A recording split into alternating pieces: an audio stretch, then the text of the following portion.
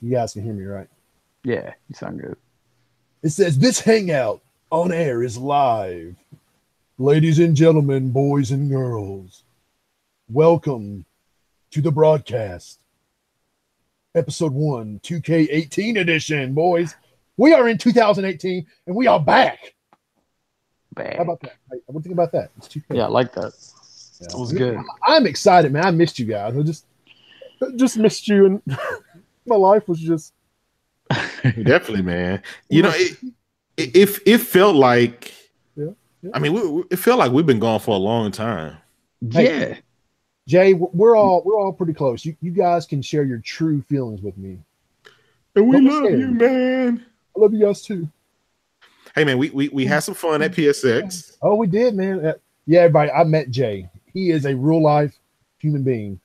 I do exist. Yeah, it was like, oh my god. I still don't believe it. Oh my god, it's J Dub. I can't believe it. It's not just the voice and the is yeah, boy. And the gifts and the memes. He's a droid.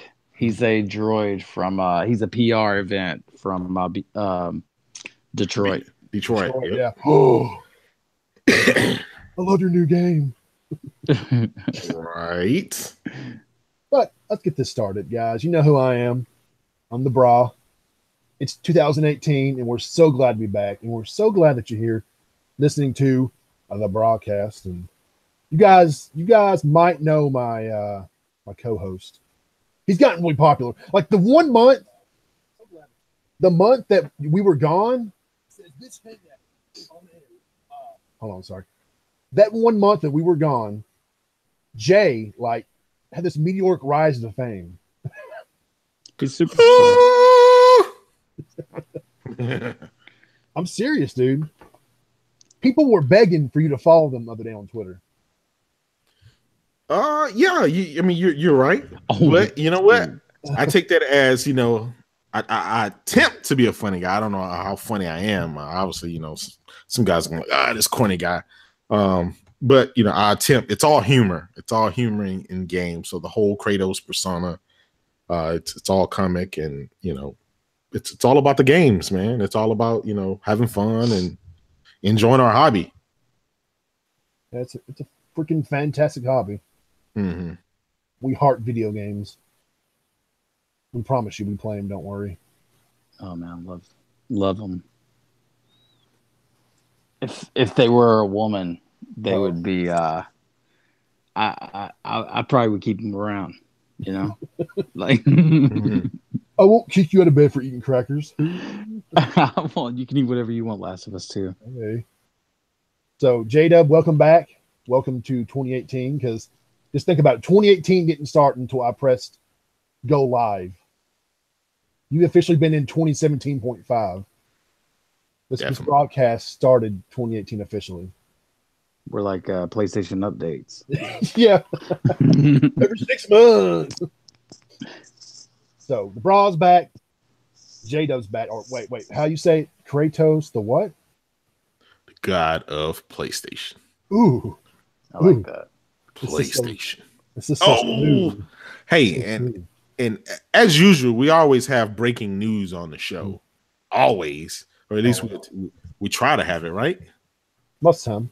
Yeah. Well, I'm not sure if it was on the topic list, but did you have the topic down for NPD? Because news is just in.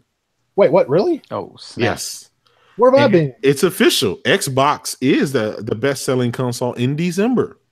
Really? Wow. Yeah. In the U.S. In the U.S., yes. Of course, only in the U.S., but hey, it's NPD. It is, you know, they officially have won 1 month out of 12. And hey, that's not bad. That's not bad at all. They launched a new console in November, and they lost that month, but you know, hey. That was kind of weird. Yeah, you know what? Sony had the price. You know, they dropped the price to $199. They had all the deals going on. PSVR, the Pro was, you know, $349. Mm-hmm. There was nothing stopping that, and you know, it was just nothing stopping that. And so while the Xbox lost November, they were able to recoup and win December. By the time the prices and everything went back up and the sales and the deals went off. You know, and that's good news for them, man. We really need them to start competing again. You know what that means? Do you know what? I know what game helped them.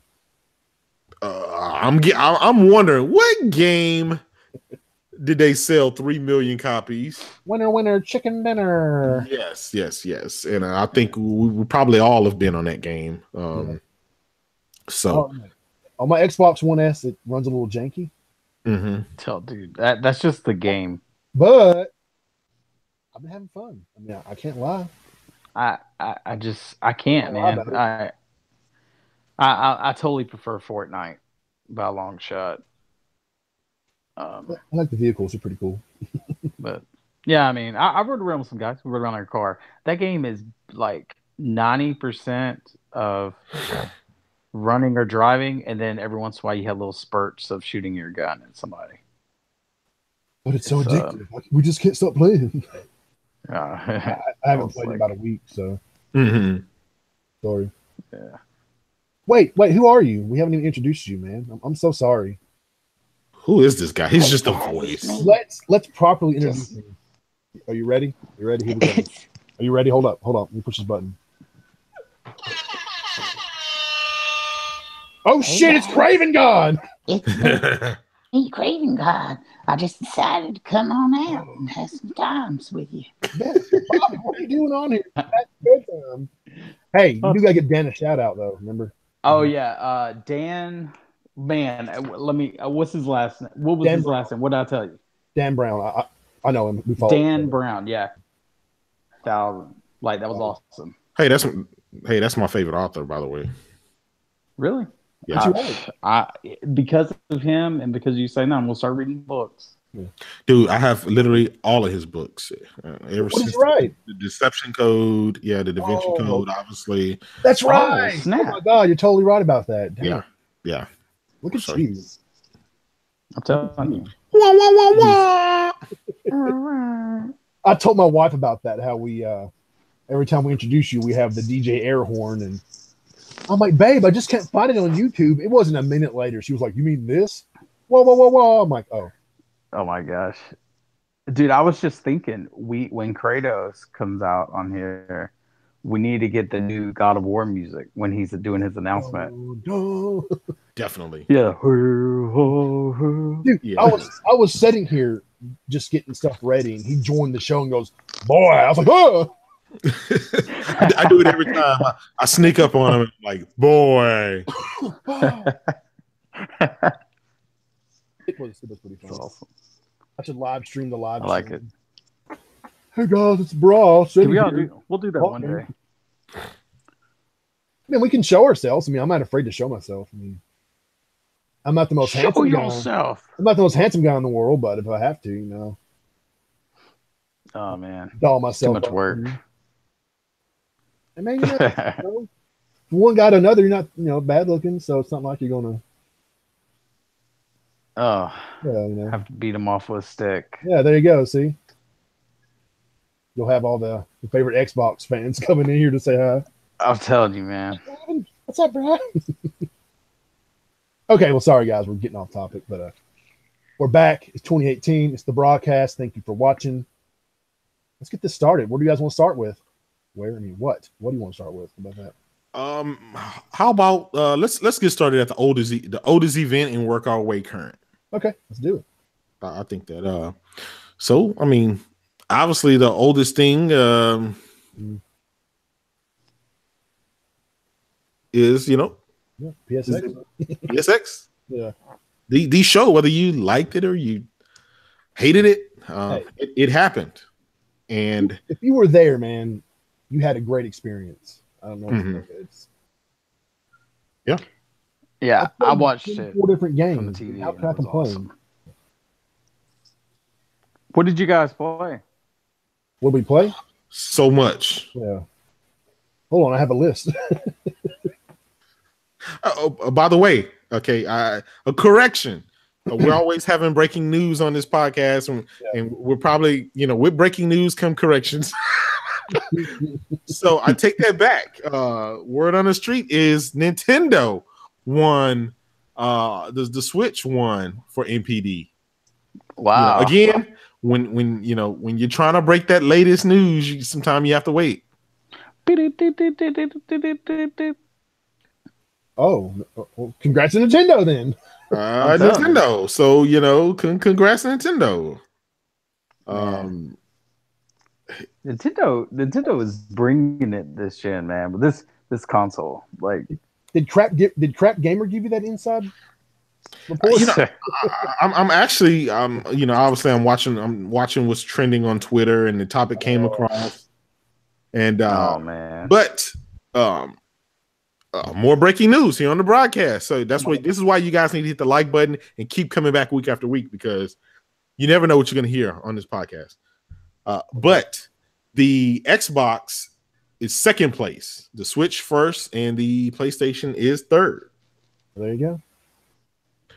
Man, I wonder what the numbers are. Do you have the totals? Not yet. I don't have the totals yet. And you know what? At this point, it doesn't really matter. I think most people are solidified with Sony, with the PlayStation, not Sony rather, but with all the games and the VR and just everything that comes with it. There are, most of the people are already solidified on that. The Switch is storming pretty quickly. That thing is projected to sell, I think, 31 million consoles by the end of next year, by the end of this year, by December. So that thing is nuts. If it passes Xbox, I will be like, what is happening? Like, you know what I mean? Yeah. Well, it's and this thing has only been on the market for 9-10 months now. And it's already outpassed the Wii U. And right now I think it's tied with the Wii, if not past the Wii. It's past, but as far as the fastest selling moment. So it's already in total sales numbers, it's already past the Wii U. But as far as the fastest selling console, it is the fastest selling console in the US. Obviously, I think the PlayStation is still the fastest selling console in Japan, I believe. Yeah, and then I mean, we're not even going to get into the whole Nintendo 3DS and all of that stuff, but it's a great time for gaming. It's a great time. If you're a gamer and you don't have any games, I mean, you have to blame yourself. What do you think happened? I think 3DS used to be the main thing. Do you think they're going to be done with that and just? No, they're actually coming out with a new 3D not a new 3DS, but a successor to the 3DS. Really? Yes. It'll be the. I mean, wouldn't that kind of compete? Because with the. I thought about it. Think so? I thought about it. It's not. Nintendo, they're in a very tricky situation, right? Right. They know little kids. This Switch is too premium. It's not rugged. I gotcha. It's more of a, hey, you can't drop this thing. So I would never let my son, have my Switch and walk around and drop it. His 3DS, right? It's all scuffed up. The games are cheaper. It's it's fit for his needs. What could they do with the next 3DS? Like what is some? Well, like when they did the 3DS, when you could adjust the level of effects with 3D was really cool. Yeah. But what? And it got better with the new iterations. But rumor, what do you think will be the gimmick or the thing that they do? Rumor has it, again, breaking news here on the broadcast. Always coming back. You always have breaking news. You never know what you're going to hear. Is the next one is going to be a Game Boy successor. And supposedly the title is Game Boy. So I don't know if it's going to be, the Game Boy is supposed to be in the name. Nice. I don't get me. But the Game Boy Advance. Yeah. How many iterations of the Game Boy have we had? What, Game Boy Color, Game Boy Advance, Game Boy SP, Game Boy Mini? That Game Boy Mini was awesome. Yeah. Well, I've posted pictures on Twitter of my OG Game Boy that I still have and I still play with from time to time. And guys are like, geez, he still has that. And I'm like, dude. How many batteries does it take? I need like 8? Four double A. Oh, okay. But eight they didn't have the technology back then. Because obviously, you know, you were able to play maybe, 15 hours, maybe. That's not bad. With some, and that was good back then. But now with those rechargeable batteries, I mean, I don't do that much gaming on it, but I can tell you the last time I charged those batteries, they just sit in there and stay stored for a year, and I go back and turn the thing on, and it's still sitting there full. So nice. Every time I think of the Game Boy, like the original one, I used to have a worm light. You remember those things? It was for the Game Boy Color. It was before they had the backlit screen. Yeah. The magnifying glass? Yeah. No, it wasn't the magnifying glass. I used to have that, Jay. With the light, me too. Oh, dude. Pokemon Yellow came out. And, dude, I would stay up all night in my room with that worm light on there, playing Pokemon Yellow on my Game Boy Color. Yeah. Like, it was a big deal, man. I mean, Nintendo... I even enjoyed my Wii U. I feel like it was clumsy delivery and everything was just a mess. You know, like it almost felt like they wanted to do something, wasn't really sure what they wanted to do. But the Switch seems like them focused on the right track.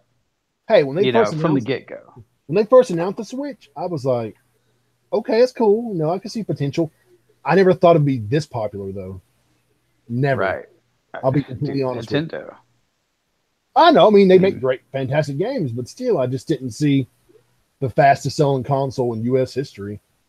Yeah. Well, who was it? Colin Moriarty. He was talking about Zelda not too long ago, and he was saying all the faults that it has. He's like, if it wasn't a Zelda game, it would not have been praised as much as it was because of all the issues it had. And I was like, that's probably like the Nintendo effect, like if it has Link, if it has Zelda and Mario, then it gets kind of like maybe a little bit of a pass because it has that nostalgia feel. Yeah. Here's the thing. How long can the whole nostalgia thing go on? I mean, because eventually the old crowd that, obviously us that grew up with Nintendo from the NES days are gonna, our kids don't remember that. They don't know what NES is or anything like that. So how long will we, people claim, it has the Nintendo effect or people giving it, I don't know, because whereas my kids are part of the Switch generation, or the Wii U generation, does that even take into account them? Because right now it's like they like Nintendo, but they don't care about it like that. They're not as passionate about it as we are. We remember it for the glory days, and so therefore we're willing to give it a pass on some things, But it didn't get a pass last generation with the Wii U. Oh, no. That thing didn't sell anything. So I don't know if we can just really say it. Here's the thing. Nintendo has recognizable characters from IPs from their beginning. That is the only thing that they've had, and those are stable franchises that people recognize. Right. That's the only thing I would give Nintendo. But the Wii U failed. Virtual Boy failed back when we were kids, and so they've had some failures. They've had some failures. But you know what? They always take chances. And I feel like the Wii, that's what's so awesome about them. Yes. As much as people laugh at the Wii and call it a gimmick, it was something that we've never seen before. And everyone else came after that and tried to mimic it. That's how you got the PlayStation Move. That's how you got the Xbox Connect. They are always pushing gaming forward. Now, people kind of poop on them because their games, they're not competing like they used to back in the day with the cutting edge graphics and this and that. They're in a different stage. They've given up the whole resolution and power war thing. They said we'll leave that to Sony and Microsoft to battle it out for. We're going to go for our crowd, whether it's the young kids and whether it's the nostalgia crowd. We're going to go for the young, the old, and everything in between. And it's all about fun. And that's one thing I can say. I'm sitting here playing my Switch now, and I'm always having fun. I don't care about resolution or performance or, all the kind of other stuff where guys argue about day to day. This has a couple of more P's than that, or a frame or two more than that. If you really care about that stuff, guys, then you will probably end up with a PC. That way you can have the performance that you really want. You know what kills me about that conversation is like, all right, so people will say, PlayStation. They're like, oh man, PlayStation guys are all about resolution before. And the thing that I'm like, dude, when you have these new gen consoles come out and you got this guy doing 1080p, for example, and then you got the other guy doing 900p or below, like it's a definite difference when you hook it up to HD television. Like it looks fuzzy and blurry. You know what I'm saying? Yeah. But now where you got, say, like the Xboxes and stuff, they're like, oh, y'all don't want to talk about resolution. It's like, dude, maybe I'm blind, man. I mean, but I have a very good TV. And I honestly have to be looking for a difference when I'm looking at these games. And I said, I don't care what Digital Foundry. I mean, they're zooming up at 300 times something, going in and out of focus. But like, it is not as big of a difference. Xbox One to the PS4 was the Xbox One X and the PS4 Pro game as a PS4 and Xbox One, because the Xbox One was sub HD quality, Yeah. And then you're trying to argue, people are trying to argue about, oh, well, this is higher HD quality. And it's just like, your TVs are up converting the image anyway. So once it's like to 1080p, I mean, 1080p up converted to 4K, it looks pretty great. I mean, you can tell it's up converted, but it looks good. But when it's like 1440 and upscaled, I mean, you can hardly. You got eagle eyes if you can spot the difference between native and that. Here's the thing. Okay, the higher the resolution, the smaller the pixels, right? The more bunched up they are together. After a certain point, I don't know if you guys ever seen any 8K television, but I have. No. And it's very impressive, but I literally can't tell the difference right next to a 4K. Now, I'm not trying to damage control or anything like that. There is such thing as diminishing returns. Now, the reason you could see the difference for some people between 720p and 1080p is because the pixels are obviously bigger because there's not much of them. So this is just kind of common sense for a lot of us, but it is what it is. When you first booted up your Xbox 360 back in the day and went to 720p, you saw a night and day difference from that Game Boy. The GameCube, I'm sorry, that GameCube or the PlayStation 2. Yeah, you saw a big difference. It was that clarity was there, and it's like, oh my god, this is nuts. Whoa. I got a HD TV and 720p. They had 720p or 1080i. At the time, Cameo. Yeah, it's like it's nuts. It's night and day. But once you go, from 720p to 1080p, it's like, I guess I can tell a little difference. I guess I can. Anything above that, once you go to 1440p and 4K, it's nominal. It's very nominal. And if you don't believe me, hook your PlayStation and your Xbox One up to a computer monitor. Because the dot pitch rate is so small on a computer monitor versus a TV, you will see it'll be much crisper and much clearer on your monitor than it is on your TV. And so you'll see what I'm saying. Hey, my kids, and Rodriguez, their Xbox. You just see, he said 16K will blow your balls off. Right? Sorry, Jay, you're not. No. I posted that earlier today as a joke. I was someone was messing with me about PlayStation 5, and I think and I just started naming all these crazy specs. Yeah, PS5 is gonna be 16K, and it's gonna have 240 frames per second games and all this stuff. Damn, how much is it going to cost again? Right. I said this time, instead of them saying you're gonna need to get an extra job or a part-time job, this time you're gonna have to get 5 jobs. Sell a kidney or 2. Exactly. Who needs 2 kidneys? You're gonna have to get on a donor list. Do that. Sorry, that's funny. Yeah. So, breaking news again. Oh my God! What now? Cue the music. Cue the music. You have I'm not ready. I'm not ready. Get ready. I can't move forward without you cueing the music. How am I supposed to know, though? I mean, it's breaking news. Okay, wait. It should be ready.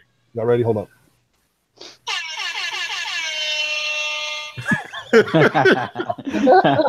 Okay, Aaron Greenberg has officially liked and retweeted my tweet, and basically, yes, I basically congratulated them for winning the December MPD, even though they didn't win it.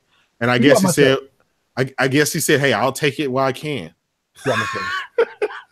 Hold on, Aaron Cheeseburg. No, not cheese. It's Greenberg. Greenberg. Sorry, Aaron. Don't mind me. Dude, he posts some cringy things, man. Like, it makes me feel. You ever watch TV and then something's happened to somebody and it embarrasses you? Yes. And then you feel embarrassed? Yes. Like, sometimes I see his tweets or a picture of him doing something. He's like I just inside, I'm just, ugh. I feel like Mr. Burns, you know? Exactly. He's like that uncle that comes to family reunions that you tell your kids, hey, go play, stay away from Uncle Fester over there. Just stay away. Older, you come tell me your mama. All right, exactly. It's weird, man. He's strange, but you know what, man? They are the hype man for Microsoft. It took a while for me to understand that. I'm used to companies that like my company. We hire a PR team, an outside third-party PR team to do our PR for us. I'm used to people hiring professional people to go out and do it. I'm not used to doing PR.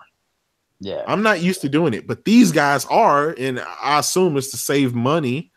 So they do their own PR. This is why you have Phil Spencer going out saying this. You have Mikey Barra saying this, and you have Aaron Greenberg. These guys are very active on Twitter and YouTube, and they get inside, so they do a lot of stuff. And so I get that now. At first, I didn't, because you never see Yoshida or Sean Layden or Andrew House or any of those guys constantly on Twitter and jumping into party chats and all kind of stuff, because they're busy cutting deals and getting games and making money and doing what executives do. Well, Microsoft, I mean, those executives, they take a different approach, and their base loves it. So I can't knock it. It's different and it's weird. Dude, I just, dude, I know we're on the same ball field. All of us are. Like, whoa. I want them to like do good. You know what I'm saying? Mm-hmm. And it's like when I voice my opinion about the stuff that they need to quit doing, and they need, like, people attack you like you're like like you're just some big idiot. You know what I'm saying? And I'm like, oh my gosh, like, how are they ever supposed to improve when they're basically, you guys treat them like Kim Jong-un? You just, oh yes, everything you're doing is great. This is great. It's like they're scared to tell them any different. It's like they're just in relation to the mob. Like, I just don't get that mentality, man. Like, how are they supposed to do what consumers want them to do when you have this loud minority of groups? No, you're an idiot. You know what I'm saying? Like, I just don't get that, man. Like, that crowd is like in a different ball field sometimes, Talking about Xbox. Oh, sorry, go ahead. Yeah. No, go ahead. You're good. What did you guys think about those leaks? Was it last week they dropped? Was it this week, or? I think it was this Yeah, early this week. Were you guys impressed? I mean, I have an Xbox now, so I can be like, "Hey, that's cool," or "Hey, that's lame." No, I guess I'll go. I wasn't impressed. I mean, but Really, at this point, anything is better than nothing. The games that they said were leaking was, what new Fable, Horizon, Horizon 4. I mean, that's not Horizon. We know Forza Horizon 4. We know 5 is coming the year after next. We know the future on that. That's anybody can guess that. Perfect Dark was one rumor.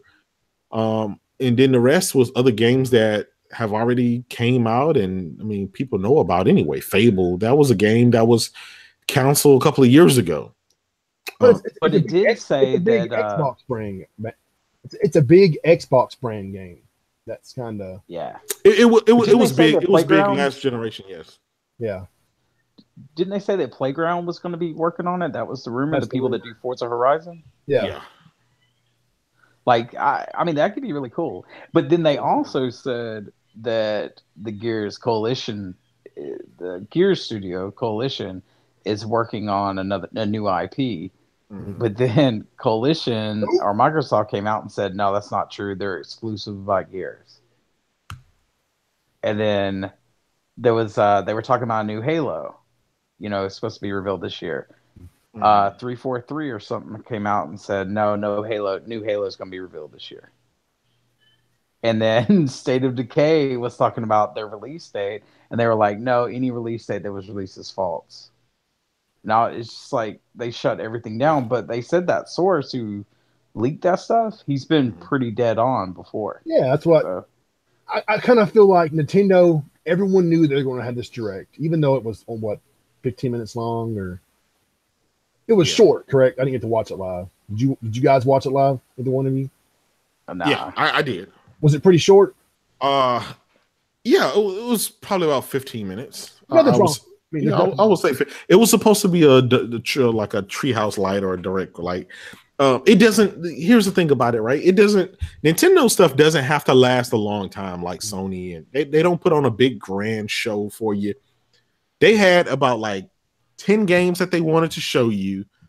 They showed them back after back after back after back. And then they said, okay, we'll see you later. And I can dig that. I can get that for Nintendo. That fits Nintendo style. These are games that are coming out within the next couple of months. And so I'm freaking happy. A new Kirby, obviously Donkey Kong as DLC inside of Mario Rabbids. Yeah, that's pretty cool.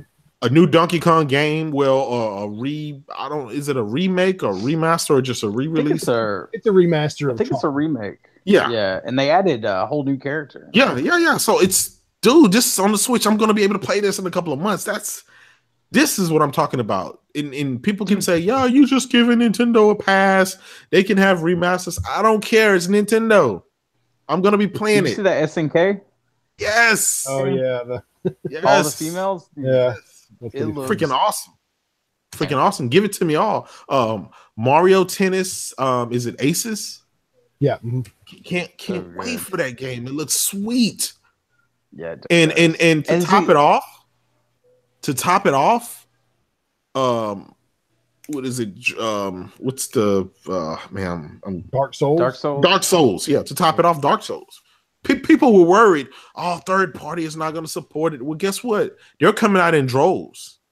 Ubisoft,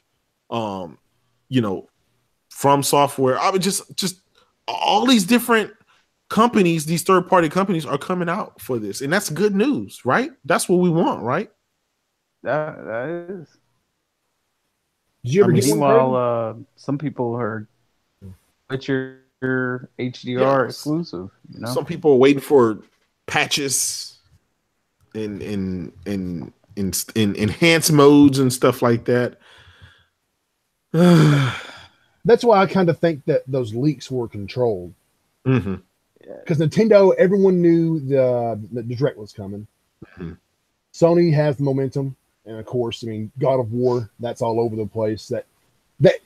All I've seen the past, week or so is the Game Informer news everywhere. People, good or bad, talking about it regardless.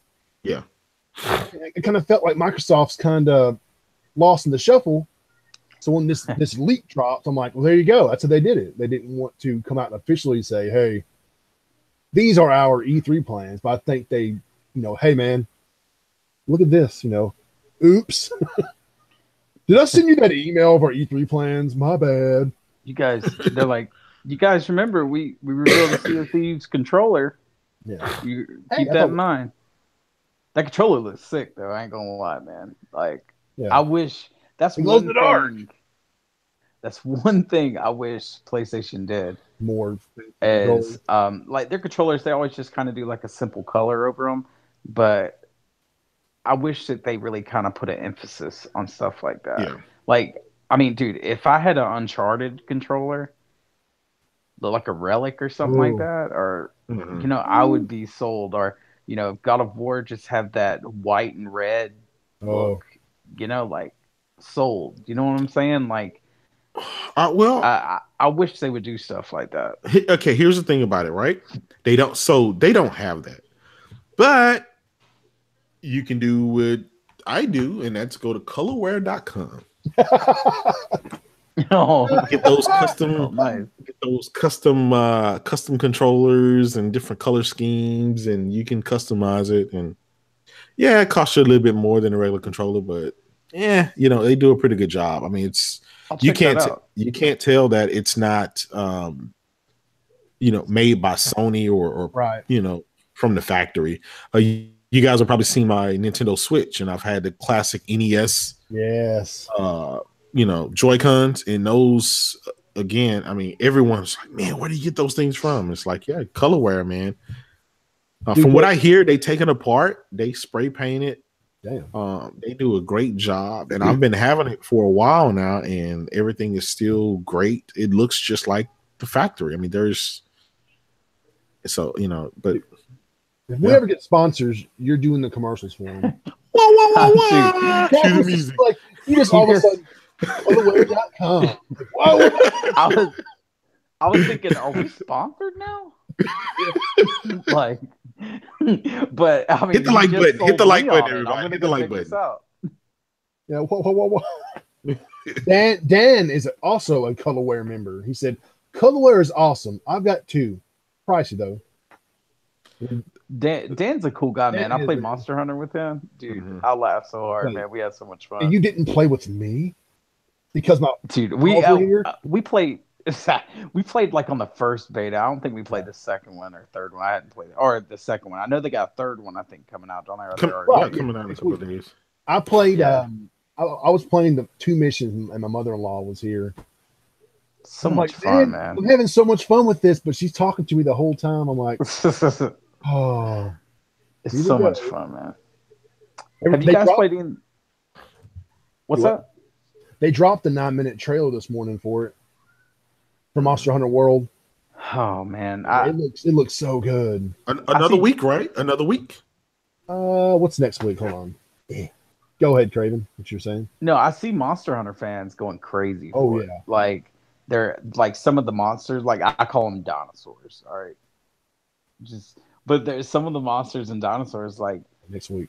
They have names, I guess. Dude, I'm not that deep into Monster Hunter lore. But they have names, and these people are spotting them and just freaking out on comments and stuff. And I was like, dude, that's pretty cool, man.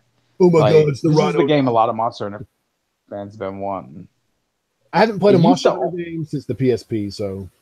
That's all I was going to say. You used to only be, PSP, and then it was switched to the Nintendo handheld? Yeah, I went from PS2 and the PSP, and then to DS. And then just sold a shitload on that console. Well, that handheld, whatever. Yeah. I haven't seen that trailer yet. Oh, yeah. Yeah, that's... You're getting on the PS4, right? Right? Yeah. Craven, PS4? I'm getting on the PS4. Absolutely. Okay. I mean, I don't care if you do or don't, but I'm saying I want to play with you guys. And I mean, I can't afford a double dip. Sorry. I can't. No. Dude, I have the X right now, and I've been playing it. My son, they just got off restriction because they actually did good grades. So I've been letting them play. And what would they grind it for? Bad grades, man, dude. I don't cut it, man. You bring D's in this house, Yep. I expect a lot out of them. So I don't think that's asking a lot. Is that why you were at the bus stop the other day? No, that kid, man. People don't want to know what they call your mom, or you don't want to know what you call your mom. I said, I was like, Craven, this is a child. Yeah. He may not be that bright, but this is someone's child. Don't go ruining his dreams. Yeah. This is the same kid that I told him I'd throw him down the hill if he gets in my daughter's face. Like, damn. He's rambunctious, man, at this bus stop. But it's, man, got to have them parents involved in their lives. And, man, they act crazy. It's Craven Daddy. Craven Daddy. Dude, I'm like a mama bear and papa bear when it comes to my babies. Exactly. Hey, okay. Craven, you're from Alabama. Yeah. How does the state feel that they had the national championship football team? You know, the NCAA. Yeah, I'm not even an Alabama fan, but my family is. I know you're not, but yeah. My dad's huge in it. My son, my oldest, loves it. He's decked out in Bama gear this week. Did he watch that game? I didn't let him stay up for it, but he was watched most of it though. Did you watch any of it, Jay?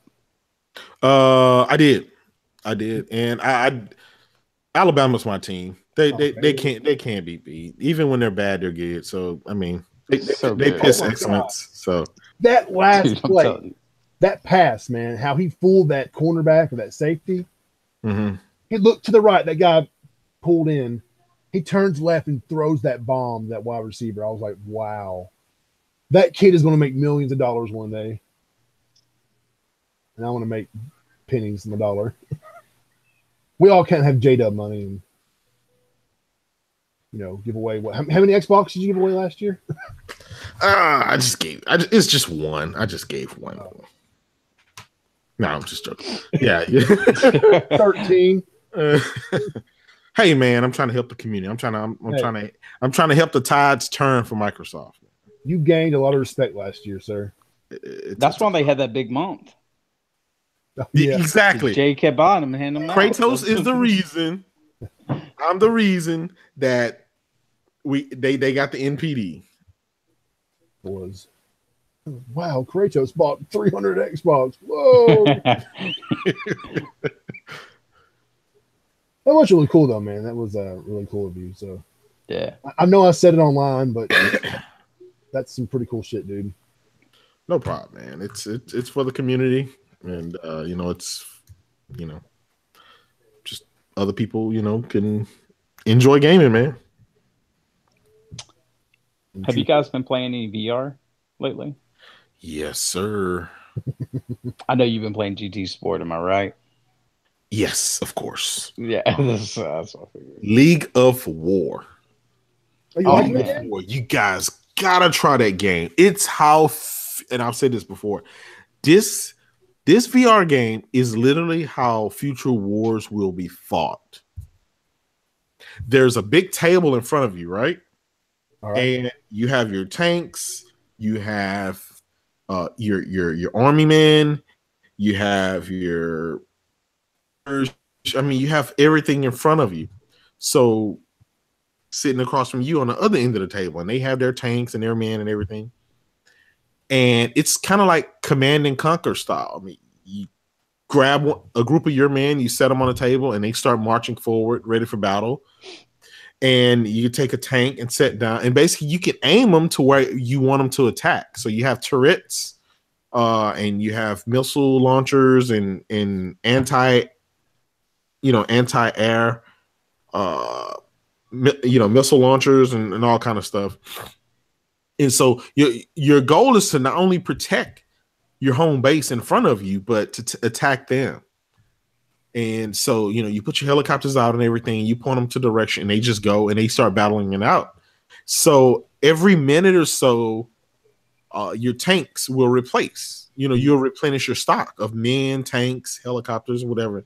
But you have to manage it, because if all of them die and those guys start coming towards you, before your stock replenished, then they start attacking your turrets and your missile launchers and everything else. And if they take over your base, game's over. But it's a real time game. You guys have to try it. It's freaking awesome. You literally think that you're a general commanding this war. That is awesome. Yeah, I know Mr. PSVR was all about it. I got a T-shirt from him. Did you play it at PSX? I didn't. I literally I was with a friend of mine. We were looking at some VR games to play. I ended up buying that game, League of War. You guys need to go pick that out. We ended up playing Spark, which is freaking awesome. Oh, yeah. Mr. PSVR loves that too, dude. Yeah, playing it against a friend, it's freaking awesome. Think of table tennis, but it's more in VR. It's there's so many freaking games that keep you engaged in VR. And Sony said that they have over 180 PSVR games coming in 2018. That's crazy. That's nuts. So we got Bravo team coming, and we play that at PSX. Did you like it? What do you think about it? Oh, I love it. I love it. Me and All Day Digital, we were playing it. We played it, and we were teammates. We each had our own VR helmet in. We looked at each other in game. I mean, we were freaking like SWAT. We were the SWAT, and we were looking at each other like, "Hey, man, what's up? What's up?" We were talking. And then a helicopter came, dropped off some bad guys on a bridge, and we had to advance from cover to cover. So it's a cover shooter, but it's you have to use the aim controller, the actual gun. So you're looking down your sights, you tearing these guys out, tearing them up. You're hiding behind. I actually got shot, and he had to not only take down some of the bad guys, but come over there and patch me up. Really? So, yeah, it takes communication. You're like, hey, I'm gonna go over here on this angle, at this angle, on this side, cover me. I mean, you have to cover each other. You have to work together as a team. So at the end of it, the demo that I played, you're sweating, your adrenaline is pumping, your heart is racing. I mean, literally, it's like, life or death situation, because obviously it was at the time, but it's so freaking awesome. Definitely a day one buy for me. It reminds me of Rainbow Six Siege. Yes. Yes. How much of it can you control? Like, what's the deal? Like, I know you control the aim, and you can control everything. It's a cover shooter. Think of Gears of War, right? Okay, all right. So yeah, you can move around, but it's from cover. I mean, bullets coming. You don't want to be standing up running. Yeah.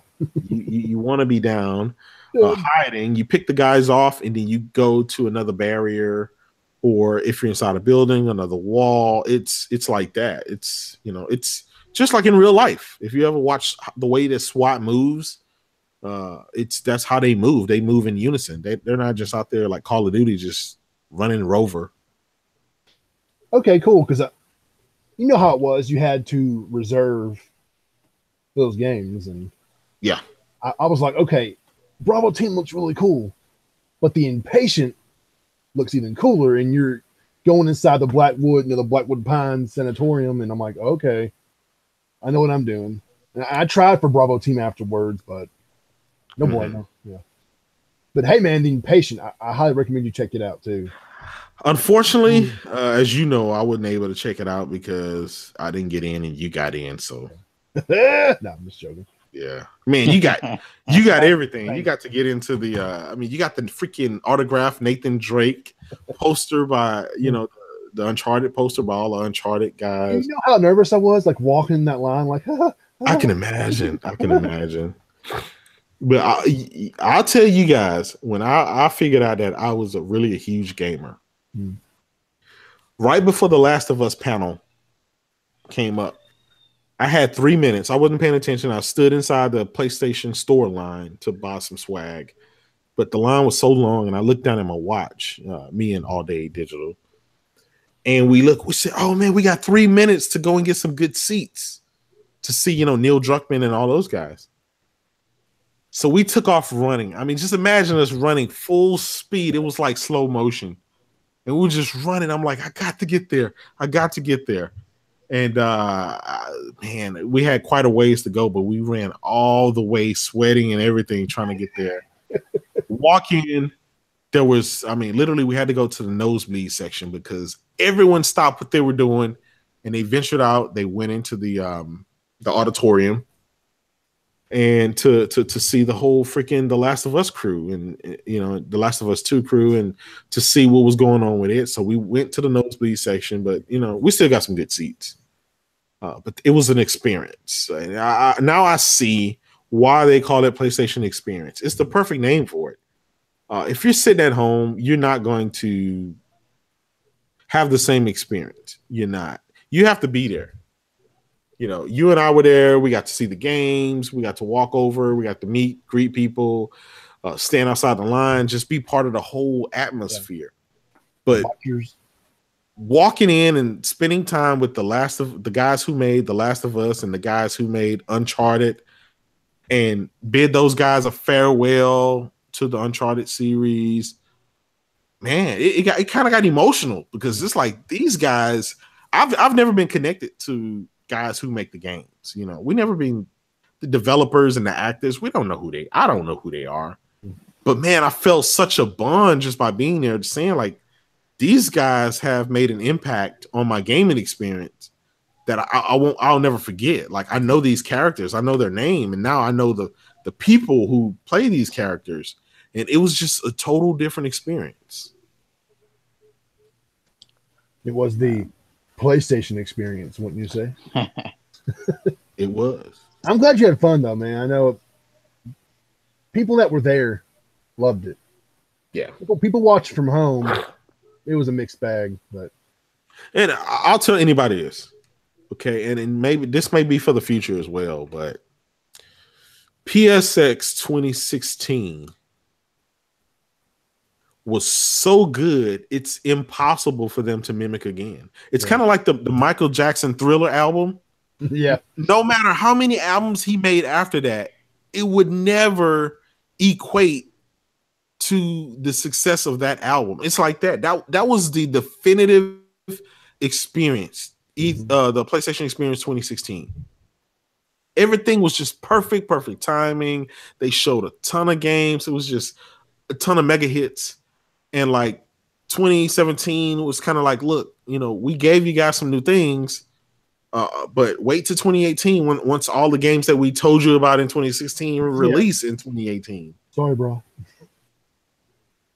So it's this year is the fruit of 2016. So all the stuff you saw in 2016 is dropping in 2018. And then we'll have a couple of big hits in 2019 along with a bunch of new stuff. So dude, Ghost of Tsushima. Yes. 2019 games.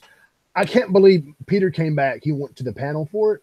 Yes. And he was like, dude, brah, they motion captured horses for that game. I'm like, yes. What? He's like, yeah, motion captured horses. I'm like, holy crap. That's crazy. The developers said they had to keep this game a secret. How? I don't know how the hell they did it so well. Here's why, right? On the island of, I have a hard time saying this word, Tsushima. Tsushima, right? Yeah. I'm used to the T being silent. Right. So I want to say Tsushima, but it's I don't want to mess it up. But you guys understand what I'm saying. But so they went to this island, and it kind of got in the local paper that these guys here are working on they're studying the island. They're working on a video game, and they was freaking out. They were thinking that it's going to get on the internet and yada yada. But coming to find out, it's a small island. They only have a local paper there, and it never ventures out. Only the locals there, and it's an island that only inhabited maybe a couple of thousand people. So, so that's the only way it was able to be contained is because it was isolated.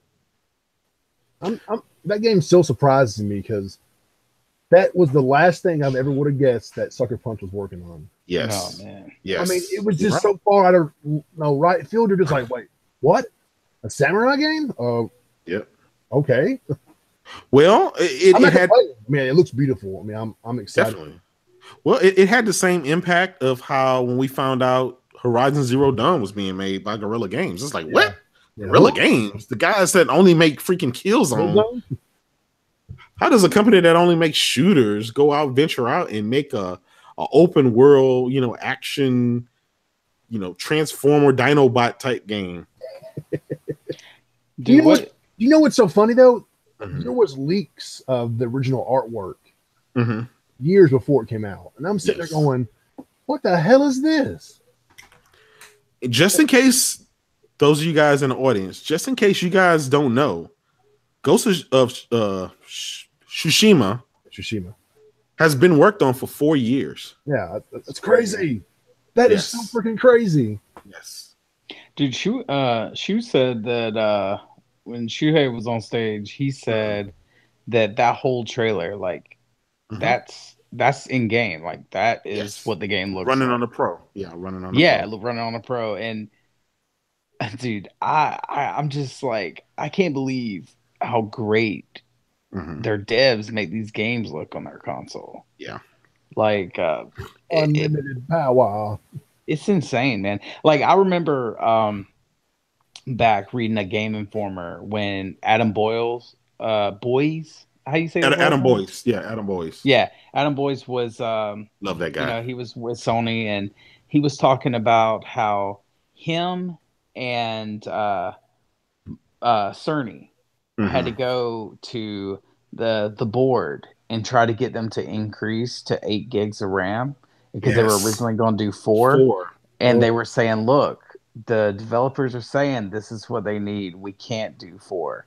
And, because everybody assumed that it was because they know what Xbox is doing and stuff. But they don't realize, like, these guys a lot of times don't know what each other are doing. Like, they're trying to talk to the devs and figure out what the devs want. And I thought that was so cool. And the board said, okay, we'll do it. And last minute, by the way, at the last minute. Yeah. And I mean, could you imagine? But anyways, she was talking about how the game was just, in game, and that's what it looks like. And he's played it, and he was talking about how awesome it is and how breathtaking it is, and it's open world, right? Like, that's just insane, man. It makes me think of The Last Samurai. Like Tom Cruise. Like, that's one of my favorite movies. And pretty badass movie. Just that feudal Japan kind of look, Like, I love that part in history and stuff. I'm just intrigued to what the story is going to be. I kind of hope it's not supernatural, but like fighting demons and stuff. Like, I hope it's more like a realistic tone. But I mean, who knows? Like, it looks really cool. Yeah. No, I don't think it'll be an Onimusha type game, but it looked very grounded. But I could be totally wrong. But well, like, coming from their previous titles, like Infamous, and Powers and Earthquake Power. Yeah. Like, I'm hoping it doesn't have stuff like that. I mean, if it does, great. Like, it's cool because I love their other games. But the look and the tone that was set by that trailer was such a realistic kind of gripping feel. You know what I mean? Like, that guy talking over, like, narrating in a sense.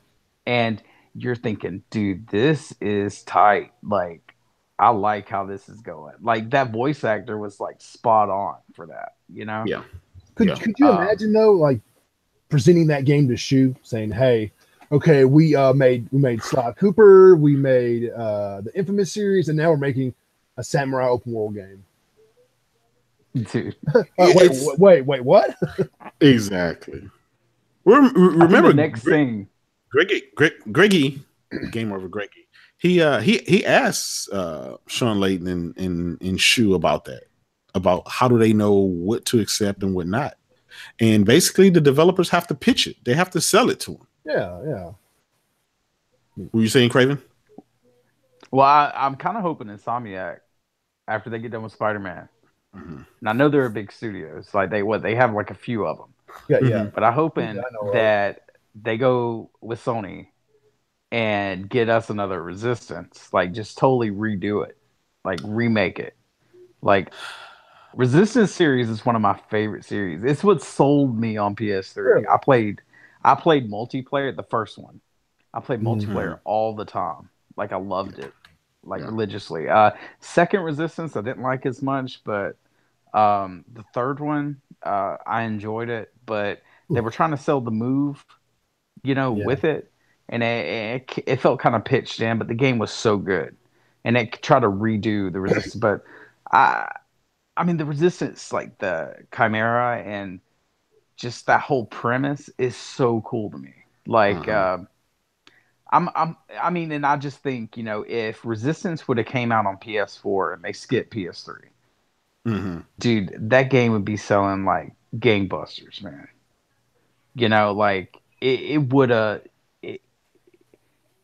I don't know, like it would have been in a different league. Like they probably would be talking about Resistance 4. But the thing was, PS3, it took a while for it to catch on for everybody.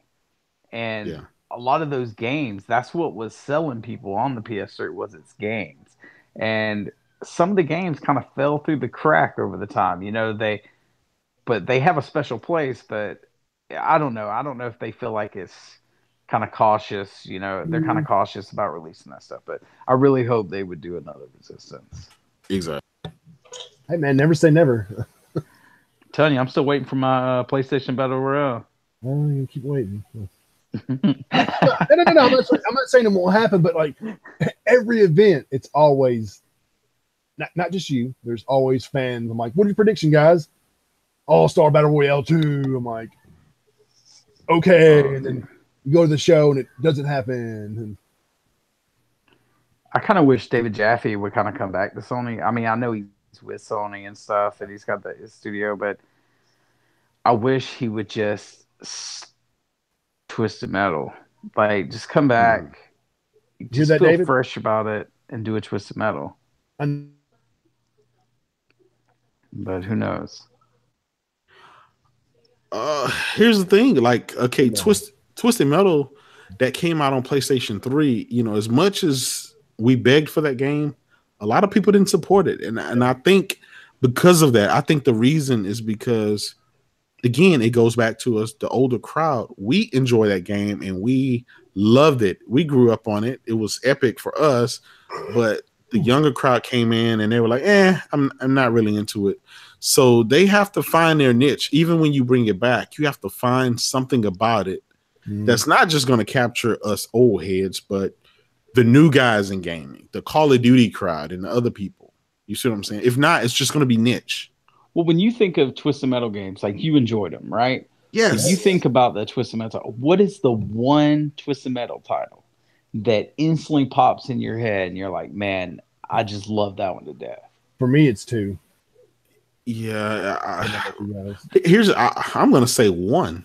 I'm going to say Black. Black was one of my favorite ones. Yeah. It's a tie to 1 and Black. And the only reason I choose 1 is because when I finally was able to afford that thing, and I popped it in, I mean, I played it for years. It's not like now, right? We have so many games that come.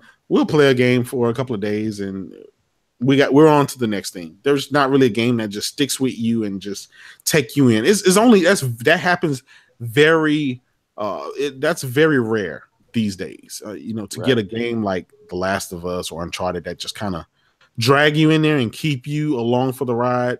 The rest of the games are I call them throwaway games. I play them, I beat them, I forget all about them. Yeah, I may want a sequel, but it doesn't stick with me.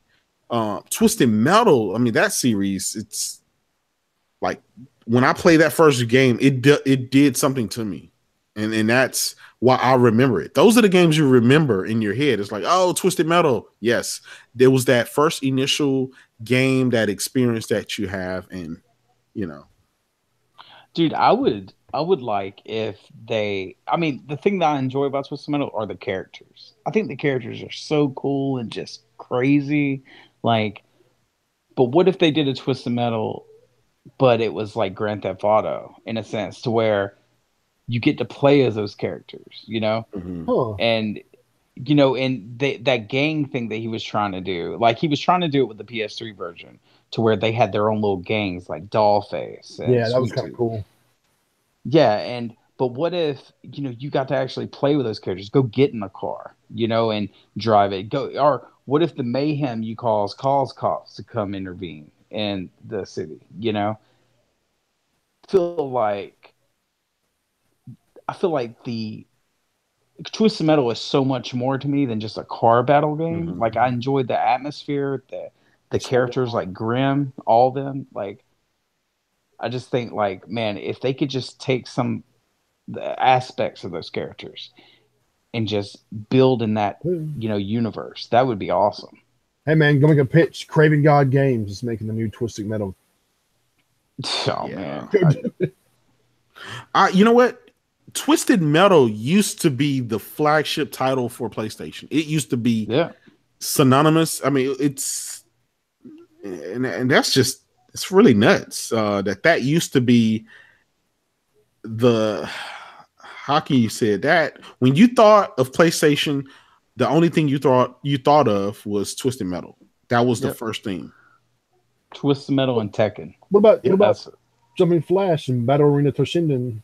Oh yeah, those two. But we remember those because they were on the freaking demo disc that we had on the PlayStation. And I tell anybody, I really couldn't afford any of the games. So when I finally saved up and got the PlayStation 1, it came with that demo disc. Yep. And I played that demo disc like freaking a year and a half before actually, before I actually bought the games on it. Rallycross, and stuff. It had the most diverse array of games, and even to this day, this is why they are the kings of gaming.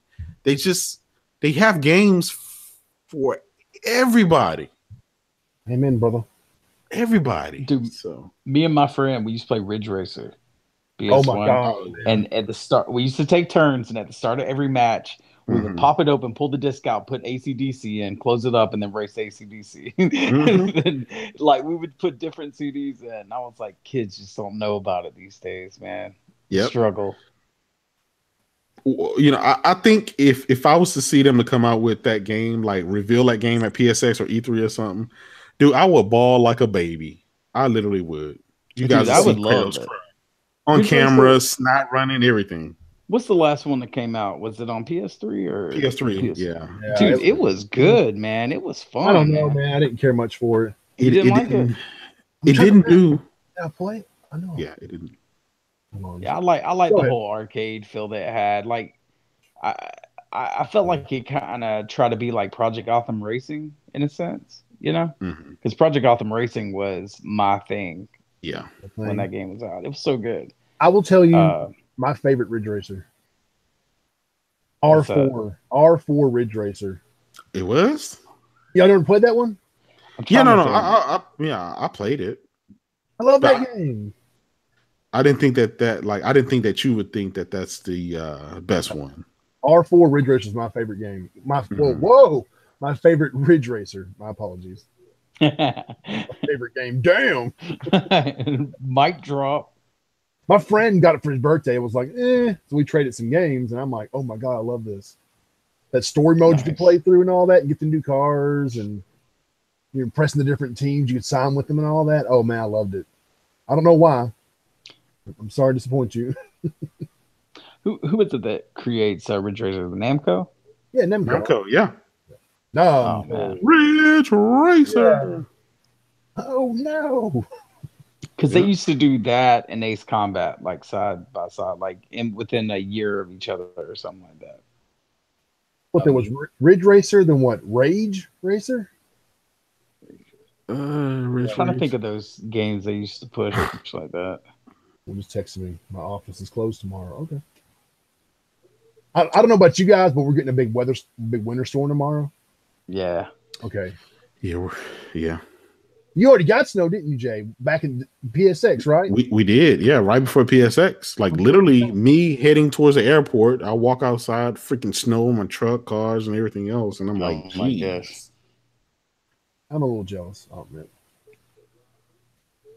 Oh, I miss some snow. What are you guys getting, Craven? Do you know? It's just gonna be cold, man. We don't ever get snow here. Oh, you getting snow or ice? Nah, maybe ice. I doubt it though. It's probably just gonna be really windy, and that's about it. I mean, it's gonna be freezing though. I mean, rumor, because what they're saying for us is early morning rain that'll turn to ice. That in the afternoon will turn to snow. So there'll be snow on the ice. I'm like, oh, here we go. Mm-hmm. Y'all Yeah, getting it's gonna be anything, pretty Jay? dangerous.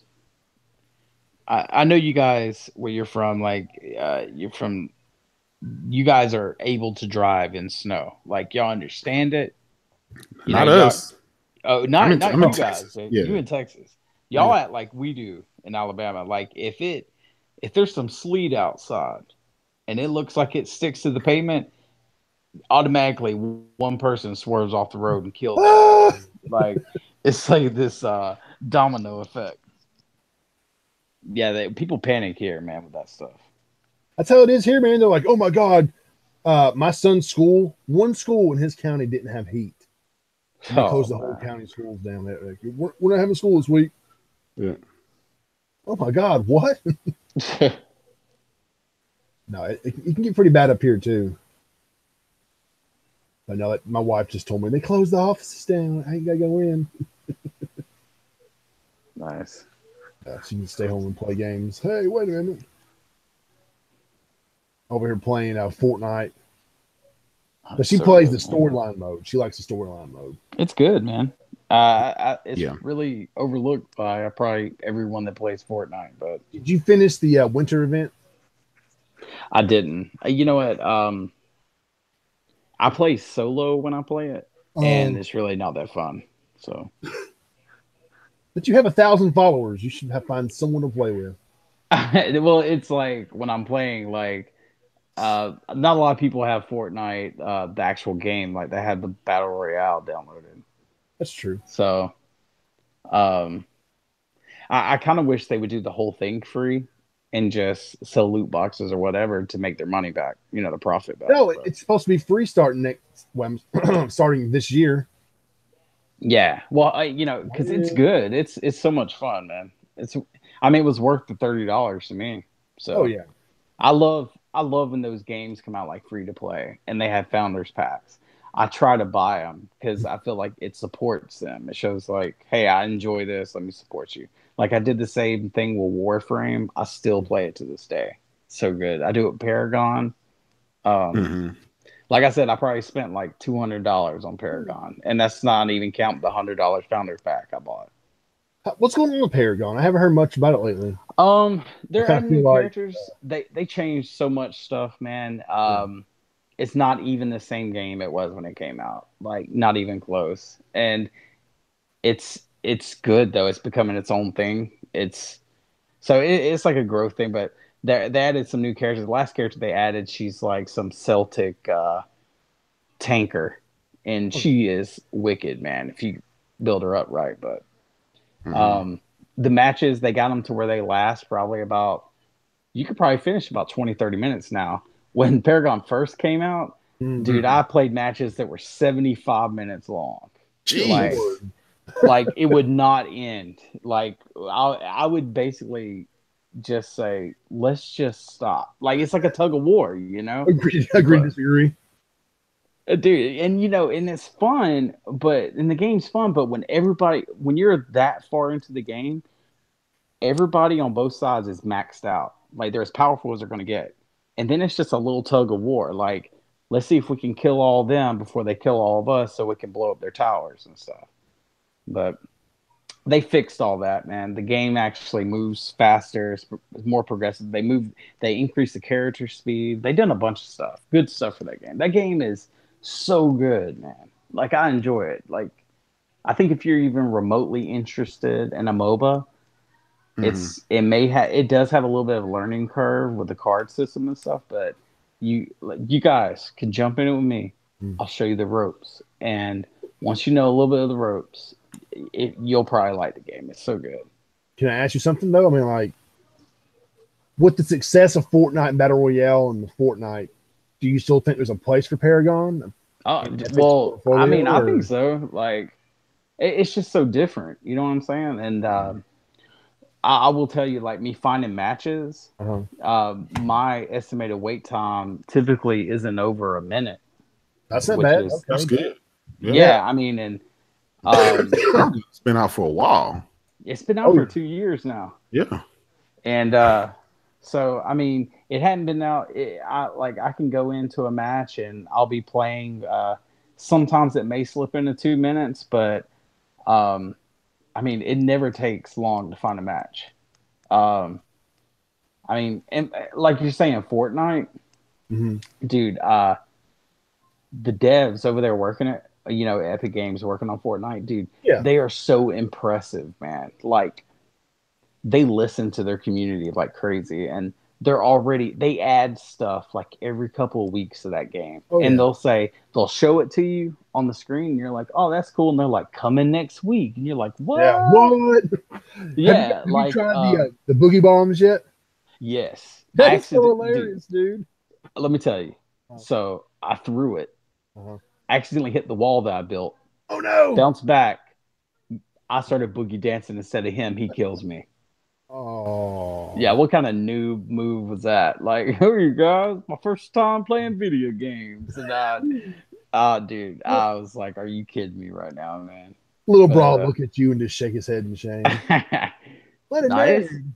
It's so good. Yeah, dude, they have a new map coming out soon. No. Fortnite? Yes. Where's this news at? What have I not heard of this? I booted up the game, and they're adding a fireplace that will heal your whole team. Okay, I heard about that. They're adding a new arena, a new map, and they're adding, I think, some type of weapon. I can't remember, but it was like 3 things. Me and this guy Reckless on Twitter. I know what you're talking about. I like it. Yeah, we were talking. I sent them a thing, and I was like, "You guys need to add grappling hooks." Have you guys played Titanfall 2 or Titanfall? Yeah. Mm-hmm. Like you shoot a grappling hook, it just pulls you towards it. Like, dude, that's made for this game. Like, you could climb mountains with it, and then we always talked about vehicles in it. Yeah. Oh man, that'll be freaking epic. Yeah. Well, everybody's like, the maps are so little, and then Reckless said, well, they need to add llamas. Let you ride llamas. And I was like, that would be sick. That would be crazy. Sick. Battle llamas, armor and stuff. Yeah, dude, that would So I'm hoping they listen to this stuff, man, because I was like, dude, we're giving you money. Like, we're basically just giving you this idea that is epic. I've been telling people, hey, just download it. It's free. Yeah. I forgot how big it is, but that doesn't matter. I mean, it's fun. I mean, it's just a fun. And there's no trophies right now, so some of you guys might cry about that. But it's just a fun game to play with your friends, dude. And it has gotten, like, since it came out, it has gotten so much better. And it wasn't a bad game when it first came out, but it's just that much better. Like, they are all the time critiquing it and adjusting it and making it better and better and better each step, and I think that's so cool, man.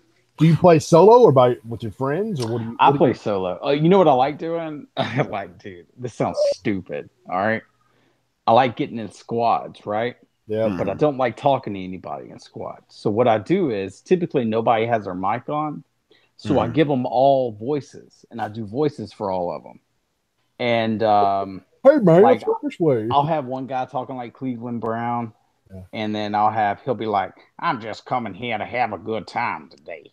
And he'll be, I don't know, his name would be like Dirt Diggler or something. And I'll say, hey, guys, it's me, Dirt Diggler. Let's go get them down.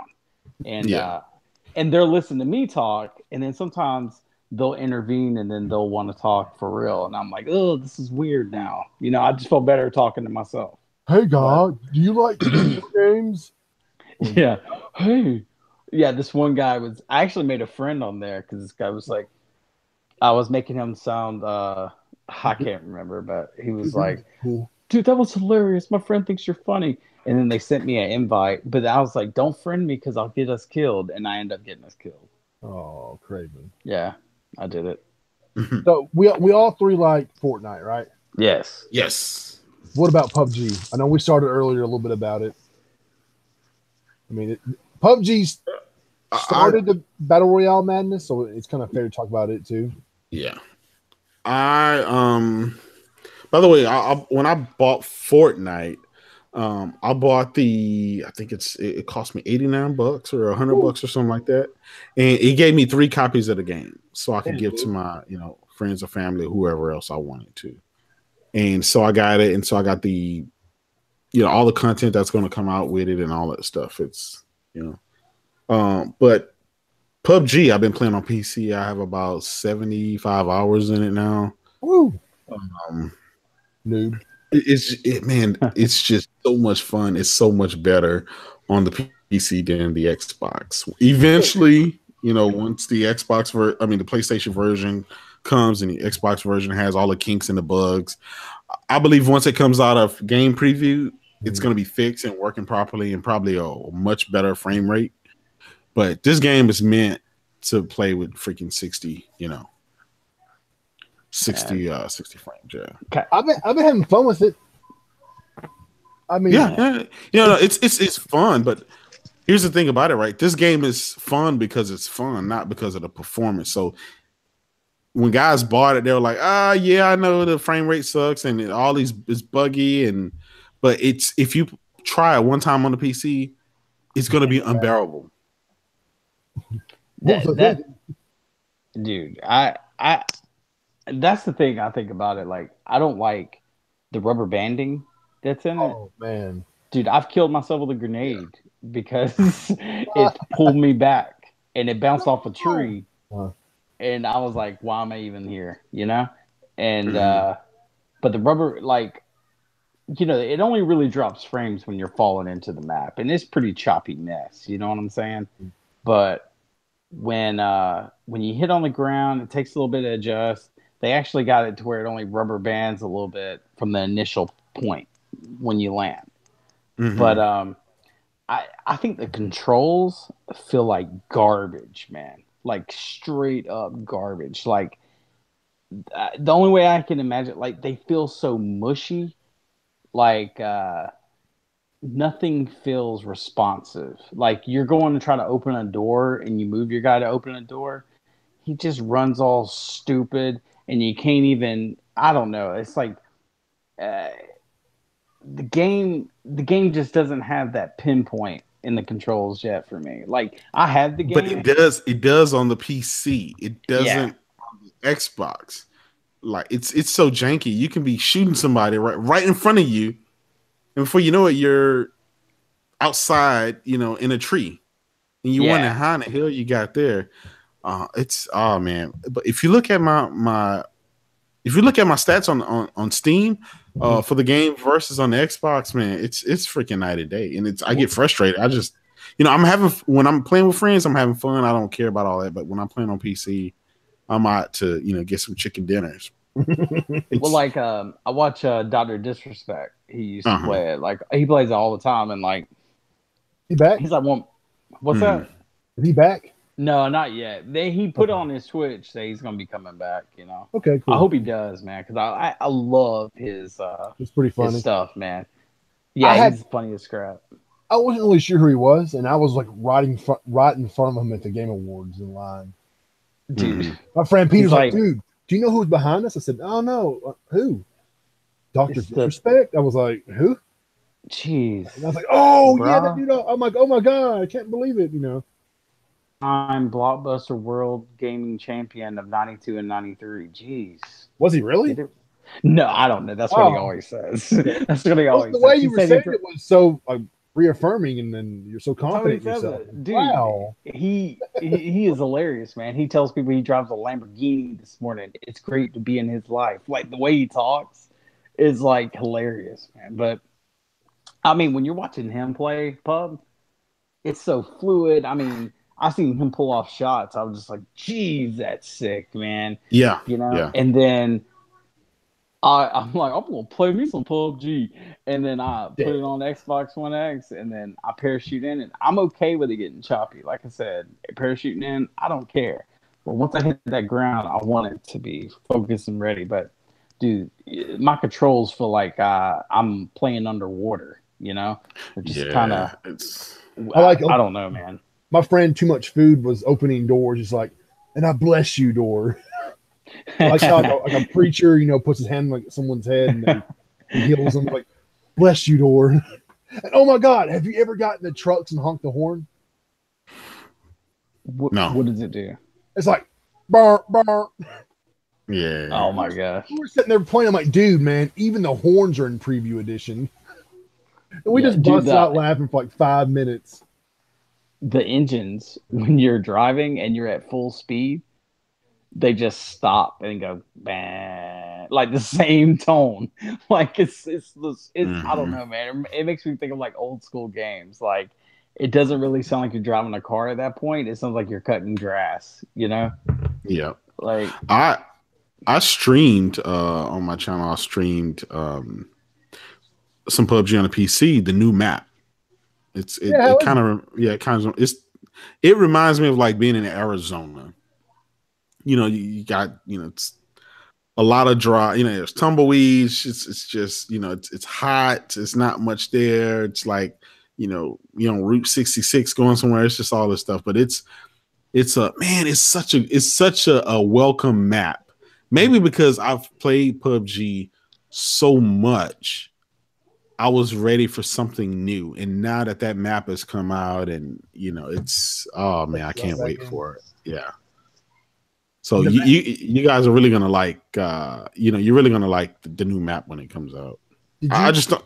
I think the console version is 6 months behind the PC version. I've heard that from various sources. I don't know how, you know. So you're saying E3? That makes sense. Yeah, I think that. Yeah. Now here's the thing. We know it's coming to PlayStation once it comes out of game preview. The only reason it's not on PlayStation because PlayStation doesn't allow for game preview. They want their games to be done. They want them fixed. They don't want a buggy mess. So the developer said this. This is not just me making it up, but the developer said that Sony doesn't allow games like that.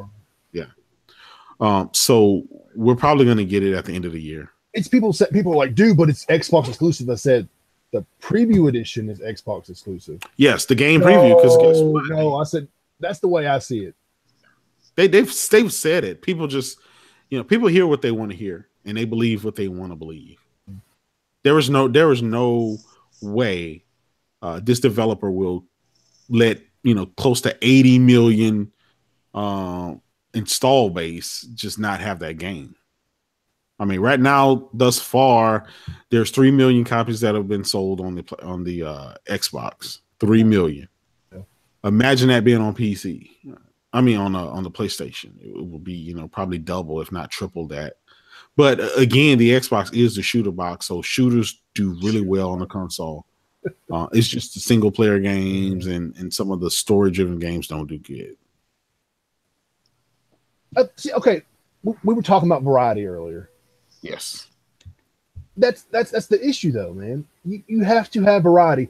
People are always bitching that, oh, Horizon Zero Dawn only sold, we'll say 5 million copies. I'm pretty sure it sold that many. Yeah. Amazing game. Play it if you haven't. Mm-hmm. But and there's 74 million PS4 sold and only 5 million copies of Horizon. Yeah, that's because not every one of those 74 million owners is going to like Horizon. Yes. People don't realize that everyone has different tastes. That's correct. I mean, it's like they forget about that. It's like, dude, there's 74 million sold because maybe 5 million like Japanese niche games. Maybe 5 million only like MLB The Show. Maybe 5 million only like Gran Turismo. There's always variety of games. When you add all those variety of games up, player, multiplayer, racing, fighting, it's one big pot of gamers. That's the problem. People always say Microsoft is the shooter console. Yeah, that's the problem. You shouldn't define. You shouldn't just keep yourself in one category like that. Yeah, it hurts them, man. Want variety. I want variety. You're right. They've backed up. This is what Microsoft has done, right? In a corner, yeah. They've backed themselves into a corner where this is all they pretty much offer on their console is shooters. And then, they got their racer that they're going to keep pumping out year after year. So they've developed this crowd, right, over the last generation, and they created this monster. So these guys don't want anything else. So this is why they only support the shooters like this. They only support, they didn't support Quantum Break. They didn't support, some of these, a lot of their other games. They just don't. And so for guys like us that look for variety, hey, we want a nice single player game. Yeah, we like multiplayer stuff too. We like JRPGs. We like action games. We like puzzles. We like VR. We like a big buffet of different things. Because I have a lot of friends that only play Japanese fighters. Right. I have other guys that only want it for the VR. I got guys that only play sports. I got some guys that only play, the multiplats like the Maddens and the 2Ks, the sports, and stuff like that. And some guys just only play COD. There is so many different people out there. Now, keep in mind, when you break down Sony's 73s to 76 million consoles sold, that's not all in the United States. This is worldwide. So guess what? When you're over in South America, guess what? Their biggest game that they're going to buy is going to be what? Probably soccer. Over in Europe, their biggest stuff is probably going to be, Crash Bandicoot collection. the GT Sport. They're the home of the racers. They're the creators of the racing. Right. And then over here in the United States, we're what? Shooters and the Maddens and the 2Ks, the sports and the shooters. So the world is big. You have to think outside of your little bubble. And that's the one thing about Microsoft has put themselves in a bubble where they only care about the United States. And so their base only really cares about stuff that is consistently delivered to them. This is why a lot of them don't like the Uncharted. A lot of them don't like believe it or not, I've heard guys say, I don't want Spider-Man. It doesn't have multiplayer. Trust me. These Xbox guys they've said crazy stuff like that. It's crazy. I'm hyped for Sea of Thieves because, it looks cool in my opinion, and it's not a shooter. It's a pirate thing. Man. That's kind of cool, man. I know the visuals are a little bit different. Yeah, but I'm willing to take a chance and give the game a shot before I just. Why isn't Rare making Battletoads? Yeah. You played it, right? Craven, you played Sea of Thieves Alpha? Craven? Yeah. Oh, sorry. I know I can't say like stuff about it, but like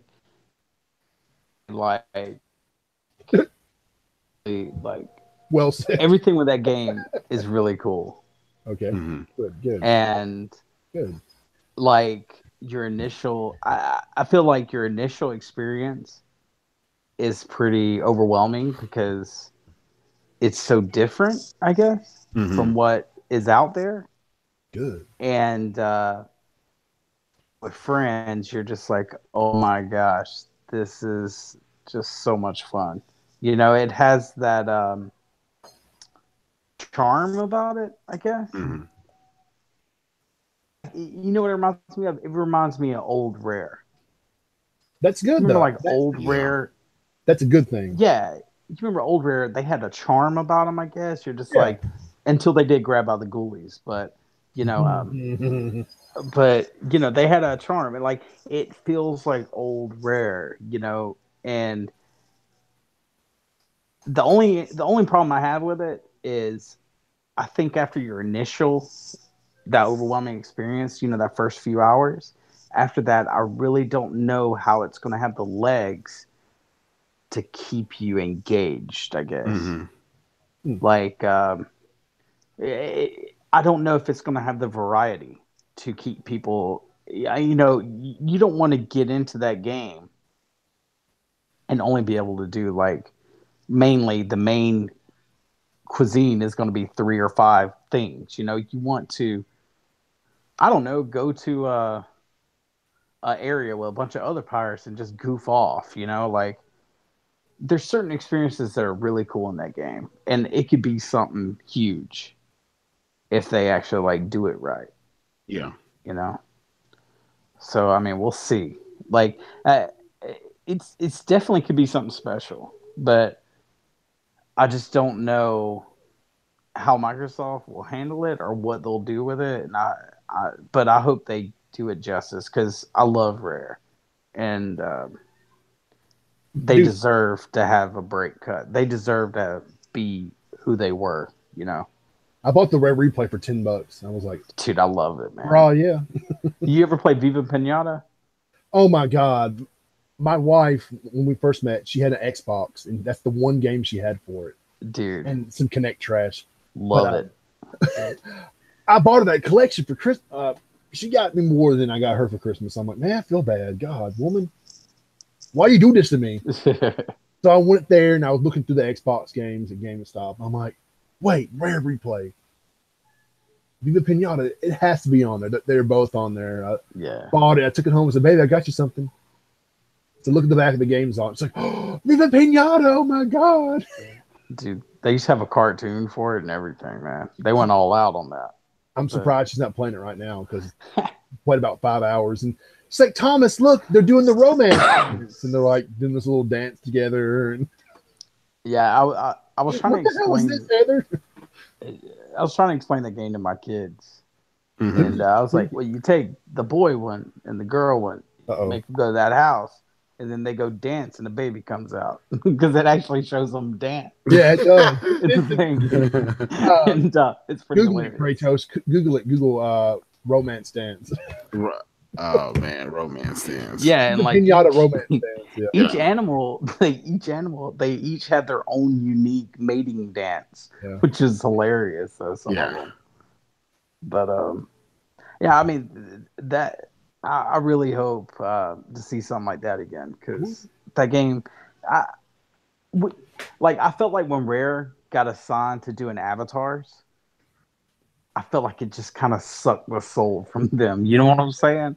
Like when they bought Rare and then Grab by the Ghoulies came out and Grab by the Ghoulies didn't do nothing, like because it just wasn't that good. Grab by the Ghoulies, it felt kind of forced, I guess.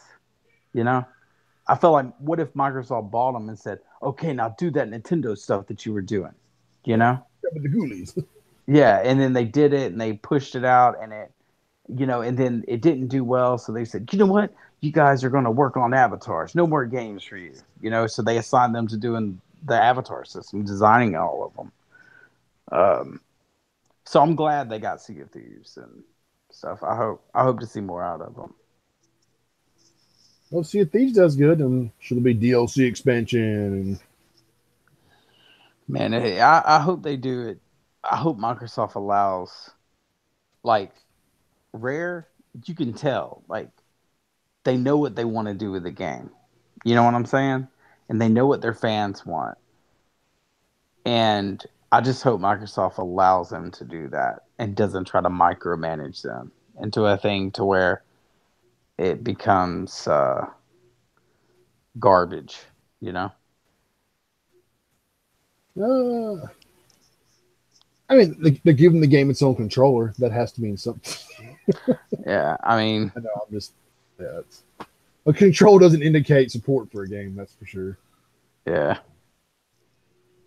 You got a controller. Oh, here you go. Oh, okay. That made me think about something. The Gears of War 4, because they got a controller, didn't it? That red one. Yeah, it did. Got like 2 of them made. Got an Elite controller too, right? Actually, yeah, it had 3 controllers. Damn. And, okay, I have a month of Game Pass. So I'm sitting on the Xbox full with stuff. I'm like, oh, I have the Game Pass. Cool. What's on here? I downloaded Recore Definitive Edition. It was cool. Oh, man. Nothing too special. You're brave. But then I went to download Gears 4. I'm like, hey, I heard this is one of the best Xbox games available. It was like 98 freaking gigabytes. Yeah. Yes. What the hell? How big Downloading is that? 4K textures? Is that what it is? Okay. I can't download that. I have an S. I mean, I don't need all that crap. I just. Well, I couldn't believe it. I sat there and went, oh my God, 98 gigabytes. So I put it in instant on mode. I'm like, I'll download you later. You download while I'm playing something else. I couldn't believe that, dude.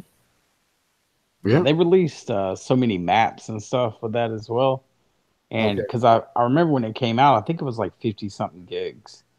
Ooh. And when those 4K packs and stuff came out, it like added a bunch more. And even with the maps, it was like at 70 something gigs, I think.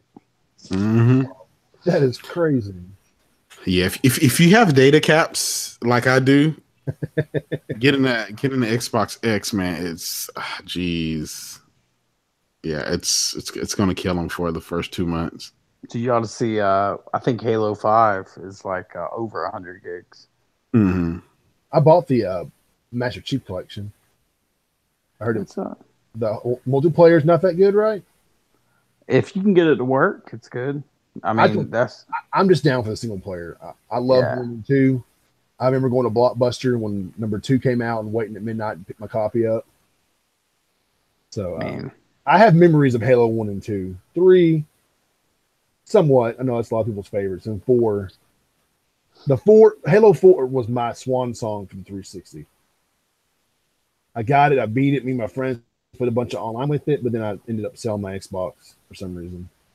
Dude, Halo 4, I bought it day one, never played the story, and only played multiplayer. And that was the first Halo I've ever done that. Typically, when I got a Halo, I take 3 days off work, and I would play through the story on Legendary solo. And I did it with every Halo, 1, 2, and 3.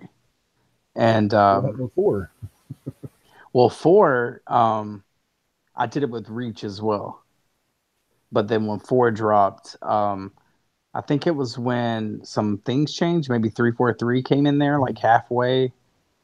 I think that was when Bungie left. Right. I don't know. It was something crazy. A shift happened. And I just wasn't interested in the story anymore. Because I felt like, after 3 and Reach, Reach was kind of like a backstory. Reach was so good. Yeah.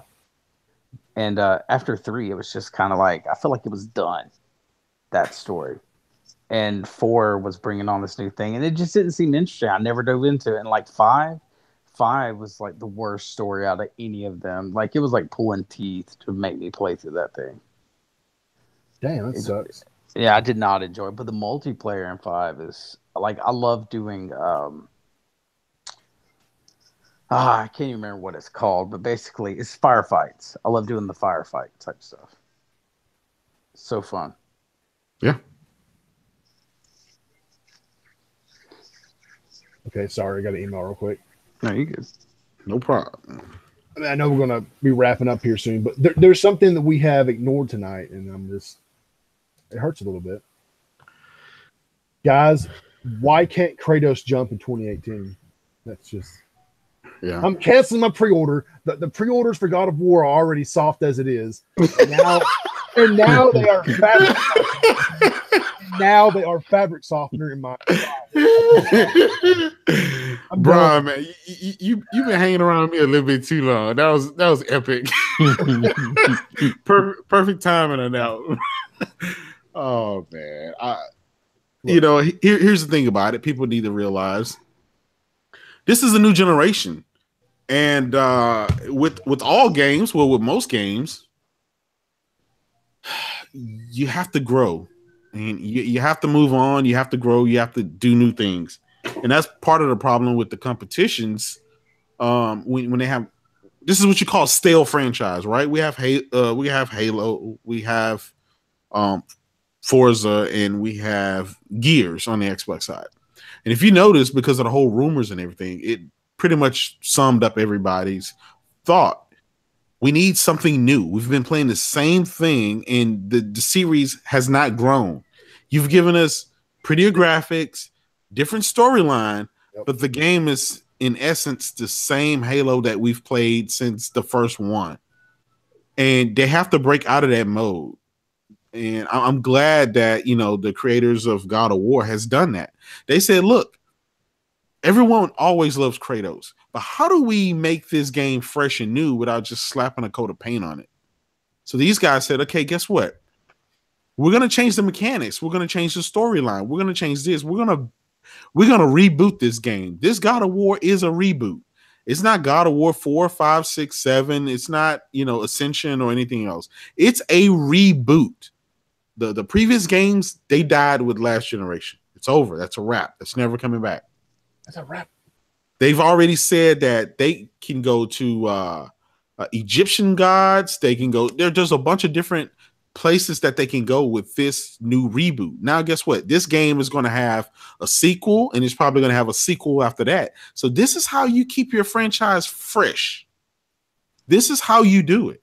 And, people are like, oh, it doesn't have a jump button. I'm not going to be able to do this and that. Guess what? You had 4 games to do that stuff. Oh, 6 games. 6 games. You know, if you count the, you know, all the mobile units, PSP and Vita and all that stuff. So come on, guys. It's 2018.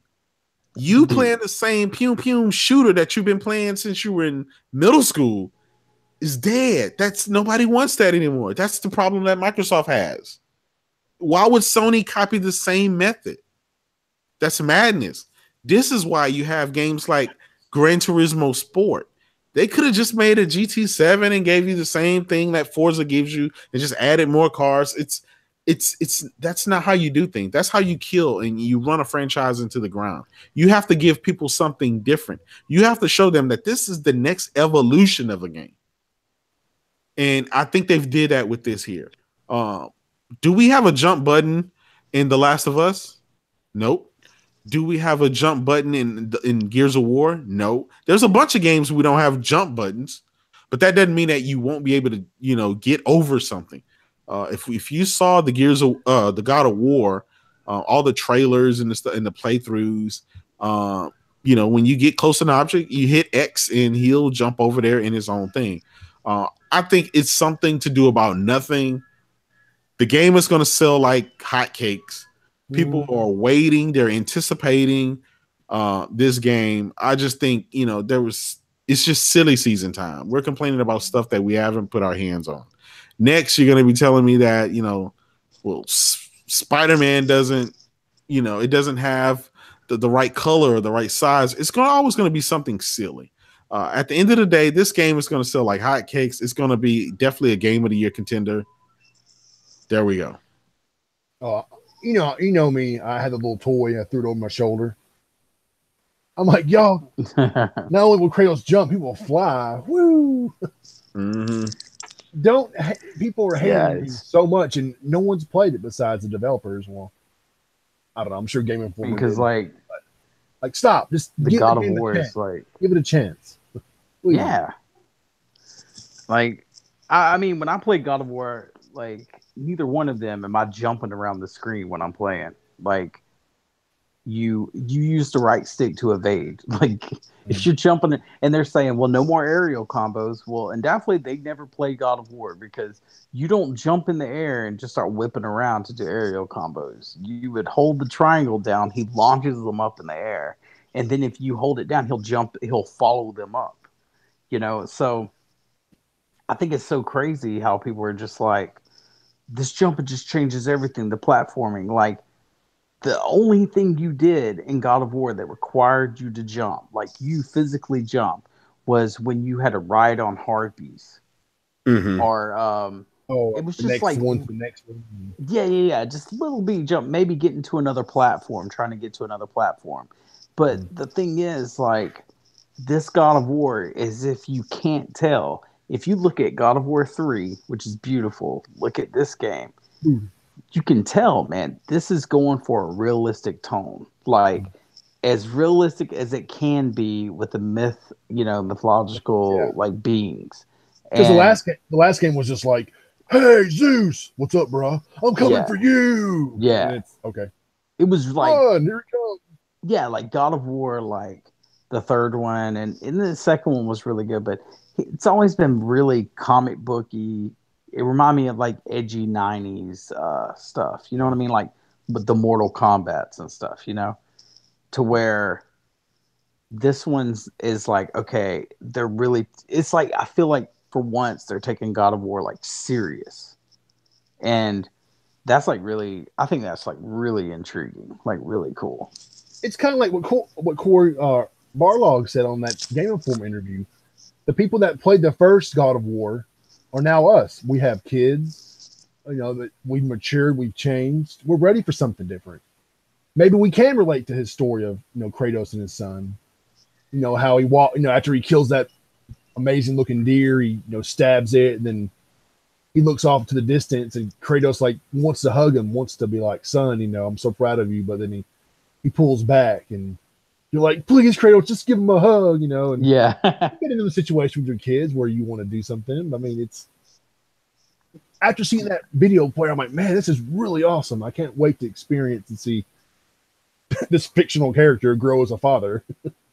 Yeah. I'm excited for the game. I want to see where they're taking Kratos next and making him more human, even though he's still is he a demigod or what is he exactly? Yeah, he's a demigod. Corey said he's actually immortal still. Okay, well, I want to see how they develop this character and further improve it and the next stage of Kratos's life journey, whatever. Game Informer did this thing. I don't know if you guys watch them, but I like it when they do it, where they ask them 100 yes or no questions. Yeah, that was hilarious. Yeah, and I think it was cool. He said Odin, and Corey's like, he's awesome. And he said Loki, he's like totally awesome. Yeah. And I was thinking, man, if you just think about it, we're going to be seeing these guys with their imagination at work and crafting them. And you're probably going to be killing them. You know what I mean? But that is so epic. I mean, if you think about who is it? Fenrir? He's like the wolf. He's like, if you ever played what is it? Smite.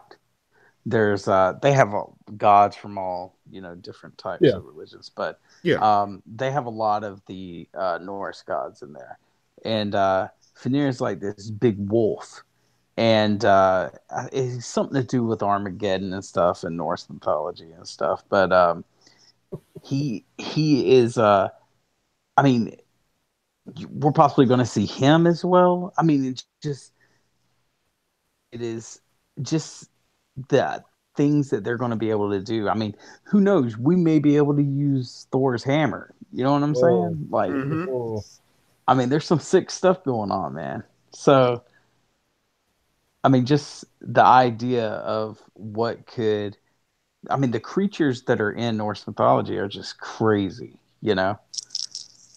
So, you're excited, I'm just really excited, dude. I'm so stoked. I never was big in like mythology, like Zeus and them. Like I always thought it was intriguing and stuff. But I feel like when I took world religion, I enjoy. Honestly, I enjoy reading about the Hindu religions and the Chinese religions, I guess, because of how many gods they worship, and it's just so different. But Norse mythology, like it is really interesting. Like I don't know, man. It's the creatures. I've always been a monster lover. Like I love to draw monsters, and if you wanted to draw, like that was where you looked a lot of times. It's really cool stuff. We're all excited. I know we're all getting God of War Day 1, and I'm not worried about the game. I believe in Santa Monica Studios. I mean, God of War 2 is considered one of the best ones, and Corey also directed that game. Yeah, and why are people so worried? I mean, I'm happy they're changing it because, like Jay was saying, there was 6 games that it was go to the next room, kill 10 bad guys, collect the orbs. Go to the next room, kill 10 more bad guys, collect the orbs. Go to this one room, it's a little puzzle, do that puzzle, kill a mini boss. It was the same formula, and I hate God, that. I wanted some change. Like when they showed that video at E3 2016, I mean, I couldn't believe it. I guessed it with the music. I was like, God of War, right? It's a new God of War. Same old shit. Yeah. And then he walks out of that shadow. You're like, oh, look at that beard. And then he's like, oh my God, son. And then you walk outside and the camera's over his shoulder. Like, what? I'm just ready for this change and to see where they take it. I mean, it's just one of my most wanted games of the year. So bring it. Give us that release date, please. I need it. Question for you guys. Do you think and I was messing with this guy on Twitter. He was like, yeah, the PlayStation got 3rd place NPD in December. All right. And he said, prepare for the sales numbers to come out tomorrow. I started laughing. I said, nah, Sony they'll finally release the God of War date. Everybody was like, oh, that would be a huge blow. Short-term victory. But man, I can't wait for this game. I still stick to my date. I still think January somewhere around the 20th through the 28th we'll receive the release date. I meant to ask you, why do you think that? Did you hear something, or did you breaking news? Ooh. Nah, no breaking news here. Okay. It's a feeling. Yeah, my spidey senses are tingling. Good job. Based, most it's kind of based it on the previous games on when they released. Tend to be in March, somewhere around the 22nd, 23rd, and that's a special meaning, especially in Norse. So it's on a special day, and the last the God of Wars they release, they announced it 2 months prior to release, so everything is kind of pointing towards that. And I saw that from a credible site. I think it was like Dual Shockers or IGN or something like that, kind of held towards that. And so I just kind of stuck with my guns on that. I still think that that's what they were going to do. They're gonna milk this. They're gonna milk this thing out. They're gonna have a theme console and everything. So I think it's gonna be a big reveal, kind of like a big reveal for it. As you know, God of War is on the cover of Game Informer magazine. I still can't believe it's just if that happens, if your prediction comes right, it's just 2 months until the release. But like you said, God of War 3 did the same thing. Yeah, I don't remember that. It's been that long. Yep. That's so crazy. 2 months. Yep. Most people give Bethesda credit. Oh, they announced Fallout 4 and it came out 6 months later. Exactly. It's like, damn, announced the release date and then 2 months later it's out. Like, okay. Dude, when God of War, when it drops, like it's like everybody's waiting on it. We don't need a build up anymore. You know what I'm saying? That's true, yeah. Like God of War, Spider-Man, we don't need a build up for those games anymore. We just need them to say, yeah, okay, it's dropping now. I mean, even if it's the date that we assume it's going to drop, when they get that official nod, then it's like it's on, man. Like everyone starts getting even more pumped. Yeah, there are just some franchises, guys. They don't have to spend a lot of money on. Like I would say, Red Dead, GTA. I mean, they could launch one tomorrow, and the thing is still going to sell freaking 100 million copies. So that's good for them because they get to save a lot of marketing and advertising and stuff like that. But it's 2018. This is going to be their biggest, the first biggest game that they release this year out of many of the big games that they're going to release. So people are going to like it. They're going to love it. I can't wait for it. The reason they showed it running at E3 on the Pro, I mean, not the Pro, but the Slim. And that's because they wanted people to know that whether you had the Slim, the OG model, or the Pro, the game is still going to look excellent. Yeah. So if it looks like that on the Slim, imagine how much better it's going to look on the Pro. Load. But they're franchises. I think Sony has solidified themselves as being software and hardware masters, because it doesn't matter what hardware you give them, they're going to max that thing out. They just have the talented studios to rival high-end PCs. Look what Digital Foundry said about GT Sport. They said this thing outshines Forza 7 running 4K ultra textures, max set, ultra settings on a high-end PC. So if they can do that with a freaking 4.2 T flops, with definitive HDR and just all this technology, spending time and just knowing their craft, and they're confident in what they do, I mean, they can't be stopped. It doesn't matter what kind of hardware you throw at them. It takes look at Neil Druckmann and all those guys. I mean, they're just the masters at what they do, and that stuff take years, sometimes decades to build up. And Sony has that in their portfolio, their repertoire. So it doesn't matter what you do; they just can't be beaten because they have the developers, they have the know-how. Mark Cerny, he's a mad scientist at predicting what something can do. So it is what it is. I'm excited, man. Yeah, can't wait. This year it's going to be I mean, I don't know how it's going to do compared to 2017 because there's always that possibility for delay or 5. Yeah. But this year has something. I mean, it has the chances to be something just as special as last year. That's freaking scary because last year was a phenomenal year of gaming. I mean, there was something for everybody. And if you didn't get, if you didn't enjoy 2017 as a gamer, I'm sorry, man. I mean, I don't know what more they give you. You can't. I wouldn't consider you a gamer if there was something. I mean, I know we all have different tastes, but still, there had to have been something that you really, really, really enjoyed last year. Yeah. On PC, mobile, Xbox, PS4, Switch, 3DS, hell. If you didn't, then I don't know what to tell you, man. Don't know what to tell you. Yep. Find a new hobby, maybe. But now here we are. Like I said, today, 2018, baby. The future is bright. And I mean, it's even bright for this broadcast because, I mean, we're working on some things behind the scenes. We can't say anything yet. Can't say, I'm not going to jinx myself. And I know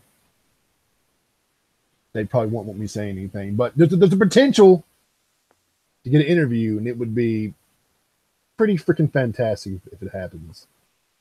You guys know. Mm-hmm. You still there, Craven? Craven? Yeah, I'm here, bro. Okay, okay. We can't say anything more about that, but there are some things in the work for this show that I think would be, freaking amazing if they come to be. Because definitely, it's definitely a step up. I mean, it's. I can't believe they actually responded to me and talking back, and we're, negotiating things, and it just kind of like somebody pinch me. This got to be a dream.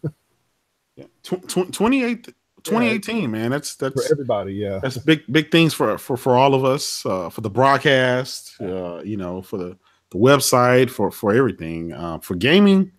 Period. I think if you enjoyed 2017, 2018 is just going to be that much epic. And I think Yoshida said that. He said if you really enjoyed 2017, you haven't seen anything yet. Ooh. I'm over here just getting so hyped. I mean, thinking about the games and thinking about what we have in the works, and there is one game that people refuse to believe that it's possible for that game to come out in 2018. I know what it is, and it's coming out this year, but most people would not. They would definitely think it's a 2019, 2020 title. And I'm so stoked about it. Oh, you're talking about the new Call of Duty? No, sir. It's the next Call of Duty, bro. I'm sure to be Call of Duty. I don't know, man. As long as you're not flying in the air, I'm okay. No. Go make a Modern Warfare 3 or something, or just like make. Let's go back to the modern times. I'm not worried about Call of Duty. Sorry. We've did the future, right? So we were robots, and we did the jumping, the space. We did all of that. We got war out of that. Then we did, you had the Battlefield 1, that's World War 1. Then you had, this, Call of Duty, what we have now for World War 2. Okay, go to modern time, do something different. But I did enjoy the story for this last Call of Duty. War 2. Yeah, I really did enjoy the story. Look, I know what game you were hinting at for 2018. I just don't believe it's coming out this year. So yeah, that's why I detoured to Call of Duty. Yeah, well, if you guys go back and watch PlayStation Experience, all the developers, even Sean Layton and Yoshida, they said that all of the games that they've announced thus far have been under development for 4+ years. 4+ years. So it's not like just because they told you about these games at PSX or 2016 or PSX 2016 or E3, that does not mean that that's when they just started those games. No, those games are been under development. And one thing I'm so happy about Death Stranding is we're not going to have to wait too long because Kojima, he didn't have to start from scratch. It took him 4 years just to build the Fox engine. Yeah, it took a long time. Yeah. The engine is the longest part of developing a game. This is why most people try to go with a game that already had, like an Unreal Engine, something that's they're used to working with, something that they know, and it shaves off some years off of your development time. So you can get some games going in 2 to 3 years once you go with an engine that's already developed. Well, now that they have the Decima engine, he hit the ground running. All he needed to do, I mean, they have the didn't they say they had the game playable? But it was multiple games that they had playable from start to finish. It was just a lot of other stuff that they had to do. Spider-Man right now is being play tested. Oh man, fixing bugs and stuff like that. So that game is ready to come out the oven. A couple of more other games are like that. So these games aren't far. They aren't. People are saying, "Oh, these games not going to come out to next year, the year after, or the year after." No, that's not the case. Nope, it's not the case. Look, if we're talking Death Stranding, then I'm saying next year. I mean, that's just me. You can believe what you want to believe because you have insider information and you eat dinner with Shuhei. Hey man, I was looking for you. I texted you. It's all good. Said, hey, we're about to do some big things. Yeah. Where you at? You was like, leave me alone, Kratos. I'm over here playing this VR. I lost the tech. Okay, it's a lot. Yeah. We were already buzzed by the time you hit me up. Kratos. Yeah, we've ate. We're full. Our itis is starting to set in. We're about to go home and go to sleep. But I mean, I just don't see it happening. Even though I would love to play the game right now. So hey, Kojima, if you're listening, you can invite me to play it, and I will gladly play your game for you, and I will give you excellent feedback. Well, I'll tell you this. Like Kojima, my wife wants Naked Skin DLC for Norman Reedus. So Naked Man Baby? Yeah, Naked Man Baby. That was okay, we gotta talk about that. That was the craziest thing I've ever seen. Pretty sure in a gaming trailer, going down his throat and seeing the baby give you a thumbs up. It was crazy, but it was so Kojima, and I got so hyped. I don't know why. I'm like, yeah, baby. I'm sorry, man. The baby was. That was one of my moments of PSX. Is the thumb baby? Woohoo! Exactly. That's classic. That's classic. Well, I'll tell you one thing. Do you remember when we were sitting by the stage? We pretty much had front row seats. You did, man. Good job. That was that, by the way. Kojima came out and he had the thing, the little robot thing on. I thought that was so freaking cool, man. No, man. And he was like, they were like right in front of us. It was like, oh man, it's Kojima now. Yeah, Kojima spit on me. Yeah, I mean. That was an experience, man. These guys were right in front of us. Yep. They were all just sitting on the couch. And like all the developers at Sony seem like they know each other. It's like, oh, hey, Herman, how you just finished Horizon and how was it? Oh, it's pretty cool. Yeah, I had fun with it. Yeah, me too. Yeah. It's just like this is what we do. This is just what we do. I don't see it with the other companies. Nintendo seems kind of very behind the scenes and quiet. They are, and I'll tell you why, right? If you ever look at those Nintendo tree houses or Nintendo Switch deal when they revealed all the stuff for that, the average age of those guys were like freaking 80 years old. Oh, they weren't that old. Well, okay, they weren't. There was at least some of those guys had to be close to 70 years old. Yeah. Nintendo is ran by a bunch of old grandpas, believe it or not. I mean, I don't see many young people in your organization at all.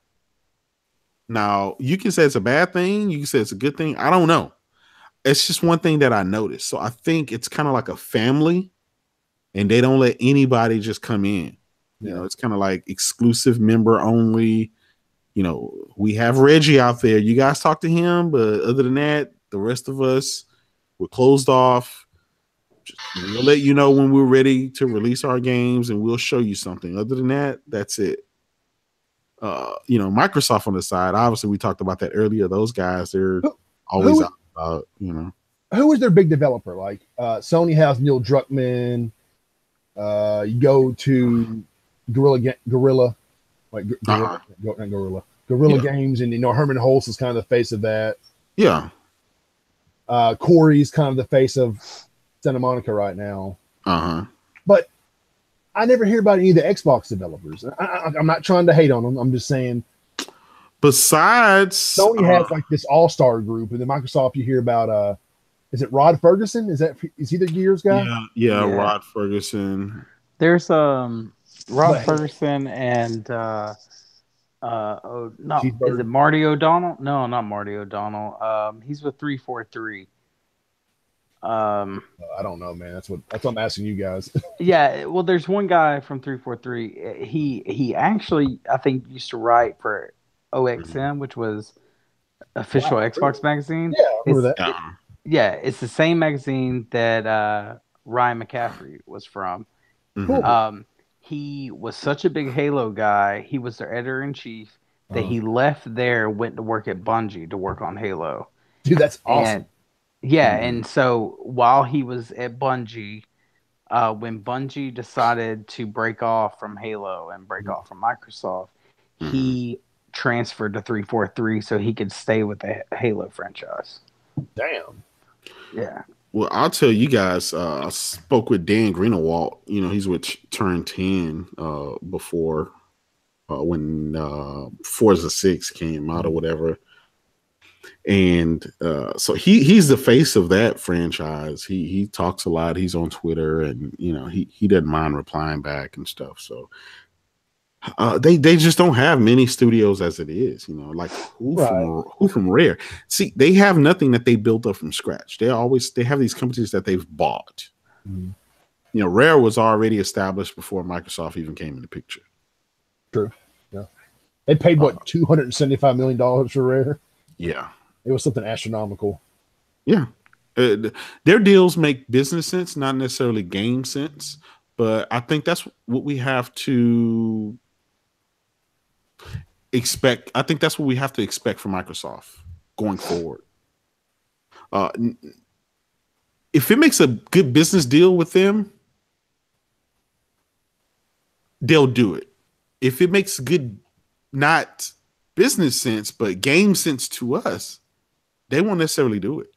Like, you think they don't have many IPs or developers who are creating IPs under their portfolio. So when Capcom is doing bad financially, you would think that they would buy a bunch of IPs or just buy Capcom. Well, guess what? They didn't. You would think they would at least partner with them. They didn't. When 3D Eidos, the guys who make Hitman, when they're up for sale, you think those guys would easily go and buy that studio or buy that developer. Guess what? They didn't do it. When who's the Titanfall developer? Respawn was up for sale. You would think that would make perfect sense, right?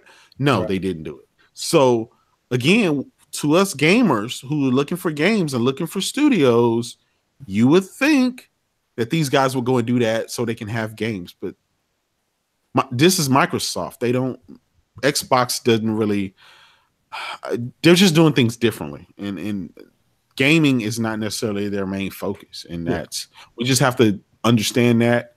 And the more you understand that, the more you can see the moves that they're making, the whole services thing, trying to tie you into the ecosystem by tying you together with your play anywhere, play your games here, there. I mean, it's all evolving and just heading towards an app. Eventually there's going to be an Xbox app. You play it on any device, on any system, your phone, whatever, and you're just there. All your games are just going to roll over. And I see it happening. Look at the last couple of years, guys. They went from having some making exclusives, to canceling studios, to canceling games, firing, just everybody. And then all of a sudden, all their games start going to the PC. And then little by little, the focus went away from the actual games. Now you have 2017, a year where they had literally no games. And then, so I don't know. I don't know where Microsoft is going, but if they want to keep their fans kind of stable in there, I think they need to say something. They need to speak out, or they need to say what direction they're going to go in. Because as gamers, we want games. We don't want services, but their diehards are going to be there regardless. But the bulk of the people, eventually they're going to just move over to the PlayStation or the Switch. What do you guys think? I think this E3 will be telling. Yeah. I think they're going to have plenty of announcements. It just depends on if anyone cares about those announcements. But yeah, this is the make or break year for them. I'm not saying the Xbox brand's going anywhere, but we all know Nintendo is on a hot streak. Yep. I mean, Sony is the best selling console at the moment, and Microsoft has to do something. I mean, they've done a lot to the console. They've worked on the Xbox, the OS, the backwards compatibility. They're really. I mean, they're trying to do something. It doesn't seem like fans outside of the hardcore really care too much. Mm-hmm. I mean, getting PUBG was big. I mean, I sold 3 million copies in a month. Yeah. I mean, that game is janky as janky AF, and it's over here selling gangbangers. So that was a good positive step. But I think that pretty much sums up that community, though, in a sense. Like, it's not finished. It's playable, but not optimized by any means of the imagination. They're playing it. A lot of them, probably the ones that had an Xbox originally, bought this more powerful one, so they bought into that. And they're playing this game that they've been told. And dude, if you've seen the videos of the game, it looked insane when they were showing trailers. The game actually does not look like that. Like, I don't know what they were showing, but I don't know, man. Like, I feel like their crowd, who they're trying to please, will be pleased with everything that they do, in a sense. Like, because they just make excuses for them. Yeah. It's here's the thing again, right? The other day when we had the rumors and everything, you see how excited the base was to be able to talk about games again. I mean, it was all about games. Man, we're gonna get a new Fable. We're gonna get a new Perfect Dark. We're gonna get this. Yeah, it was. You didn't even hear anything about hardware and specs anymore. And then all of a sudden, when Microsoft came out and said, nope, these Gears guys will only make Gears. That's what they're there for. Then it got really silent. It was like crickets. And then the sadness set in. I think, I don't know, guys. We've been saying let's wait to E3 for the last 2-3 years. Yeah. We even gave them to Comic-Con. With comic conventions looking for games. That's when things are kind of hit the fan. Hey. I don't know, man. I want them to just make games. Just cater to my needs. I'm a gamer. I just care about games. I don't care about the other stuff you're trying to do. I understand they have to be profitable. Speaking of which, aren't you going to a convention this weekend? I am. Tomorrow, I'm heading to San Antonio for PAX South. Is this your first PSX, right? This was PAX, my bad. Yes, I apologize. This was my first PSX and my first PAX. First PAX, okay.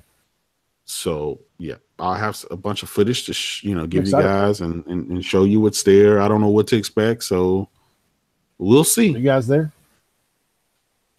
Huh? Hello. We're here. Yeah, we hear you. Hello. Can you hear us? Jay, Craven, anybody? Wah, wah, wah, wah. Cue the music. Uh-oh. Hello. Hello? I think. Can you hear me? The Brah is here. I hear you, Craven. I think it's the Brah. Well, guys in the crowd, I'm sorry. It looks like Brah has technical difficulties. Hit the like button Make sure you subscribe, hit that little bell, so anytime the BRAHCast goes live, any new news, breaking news. Remember, you can only get groundbreaking news here on the BRAHCast. So I think you got about 4 or 5 different changes and hits of information here. So, we've been on for a little while, so I think we're gonna probably close it down. I know Brah probably can't hear us, so I don't want it to be static silence. So I guess Craven, you want me to do it? You want me to go ahead and get ready to end the show? Yeah, you're good, bro. All right. Well, guys, the Brah, he's somewhere in outer space. He was talking about Xbox, so I think the Xbox came and dragged him away. And but you guys can, it's your boy J Dub, aka Kratos, the god of PlayStation and all things gaming. This has been another great show with my boy Craven God and the Brah. Thank you for tuning out with us and communicating and liking and sharing and stuff like that. Craven, where can people find you? Find me on PSN or Xbox at Craven God, or you can find me on Twitter at Craven God. I like to keep it simple. It's a simple man for simple time. A Lone Ranger.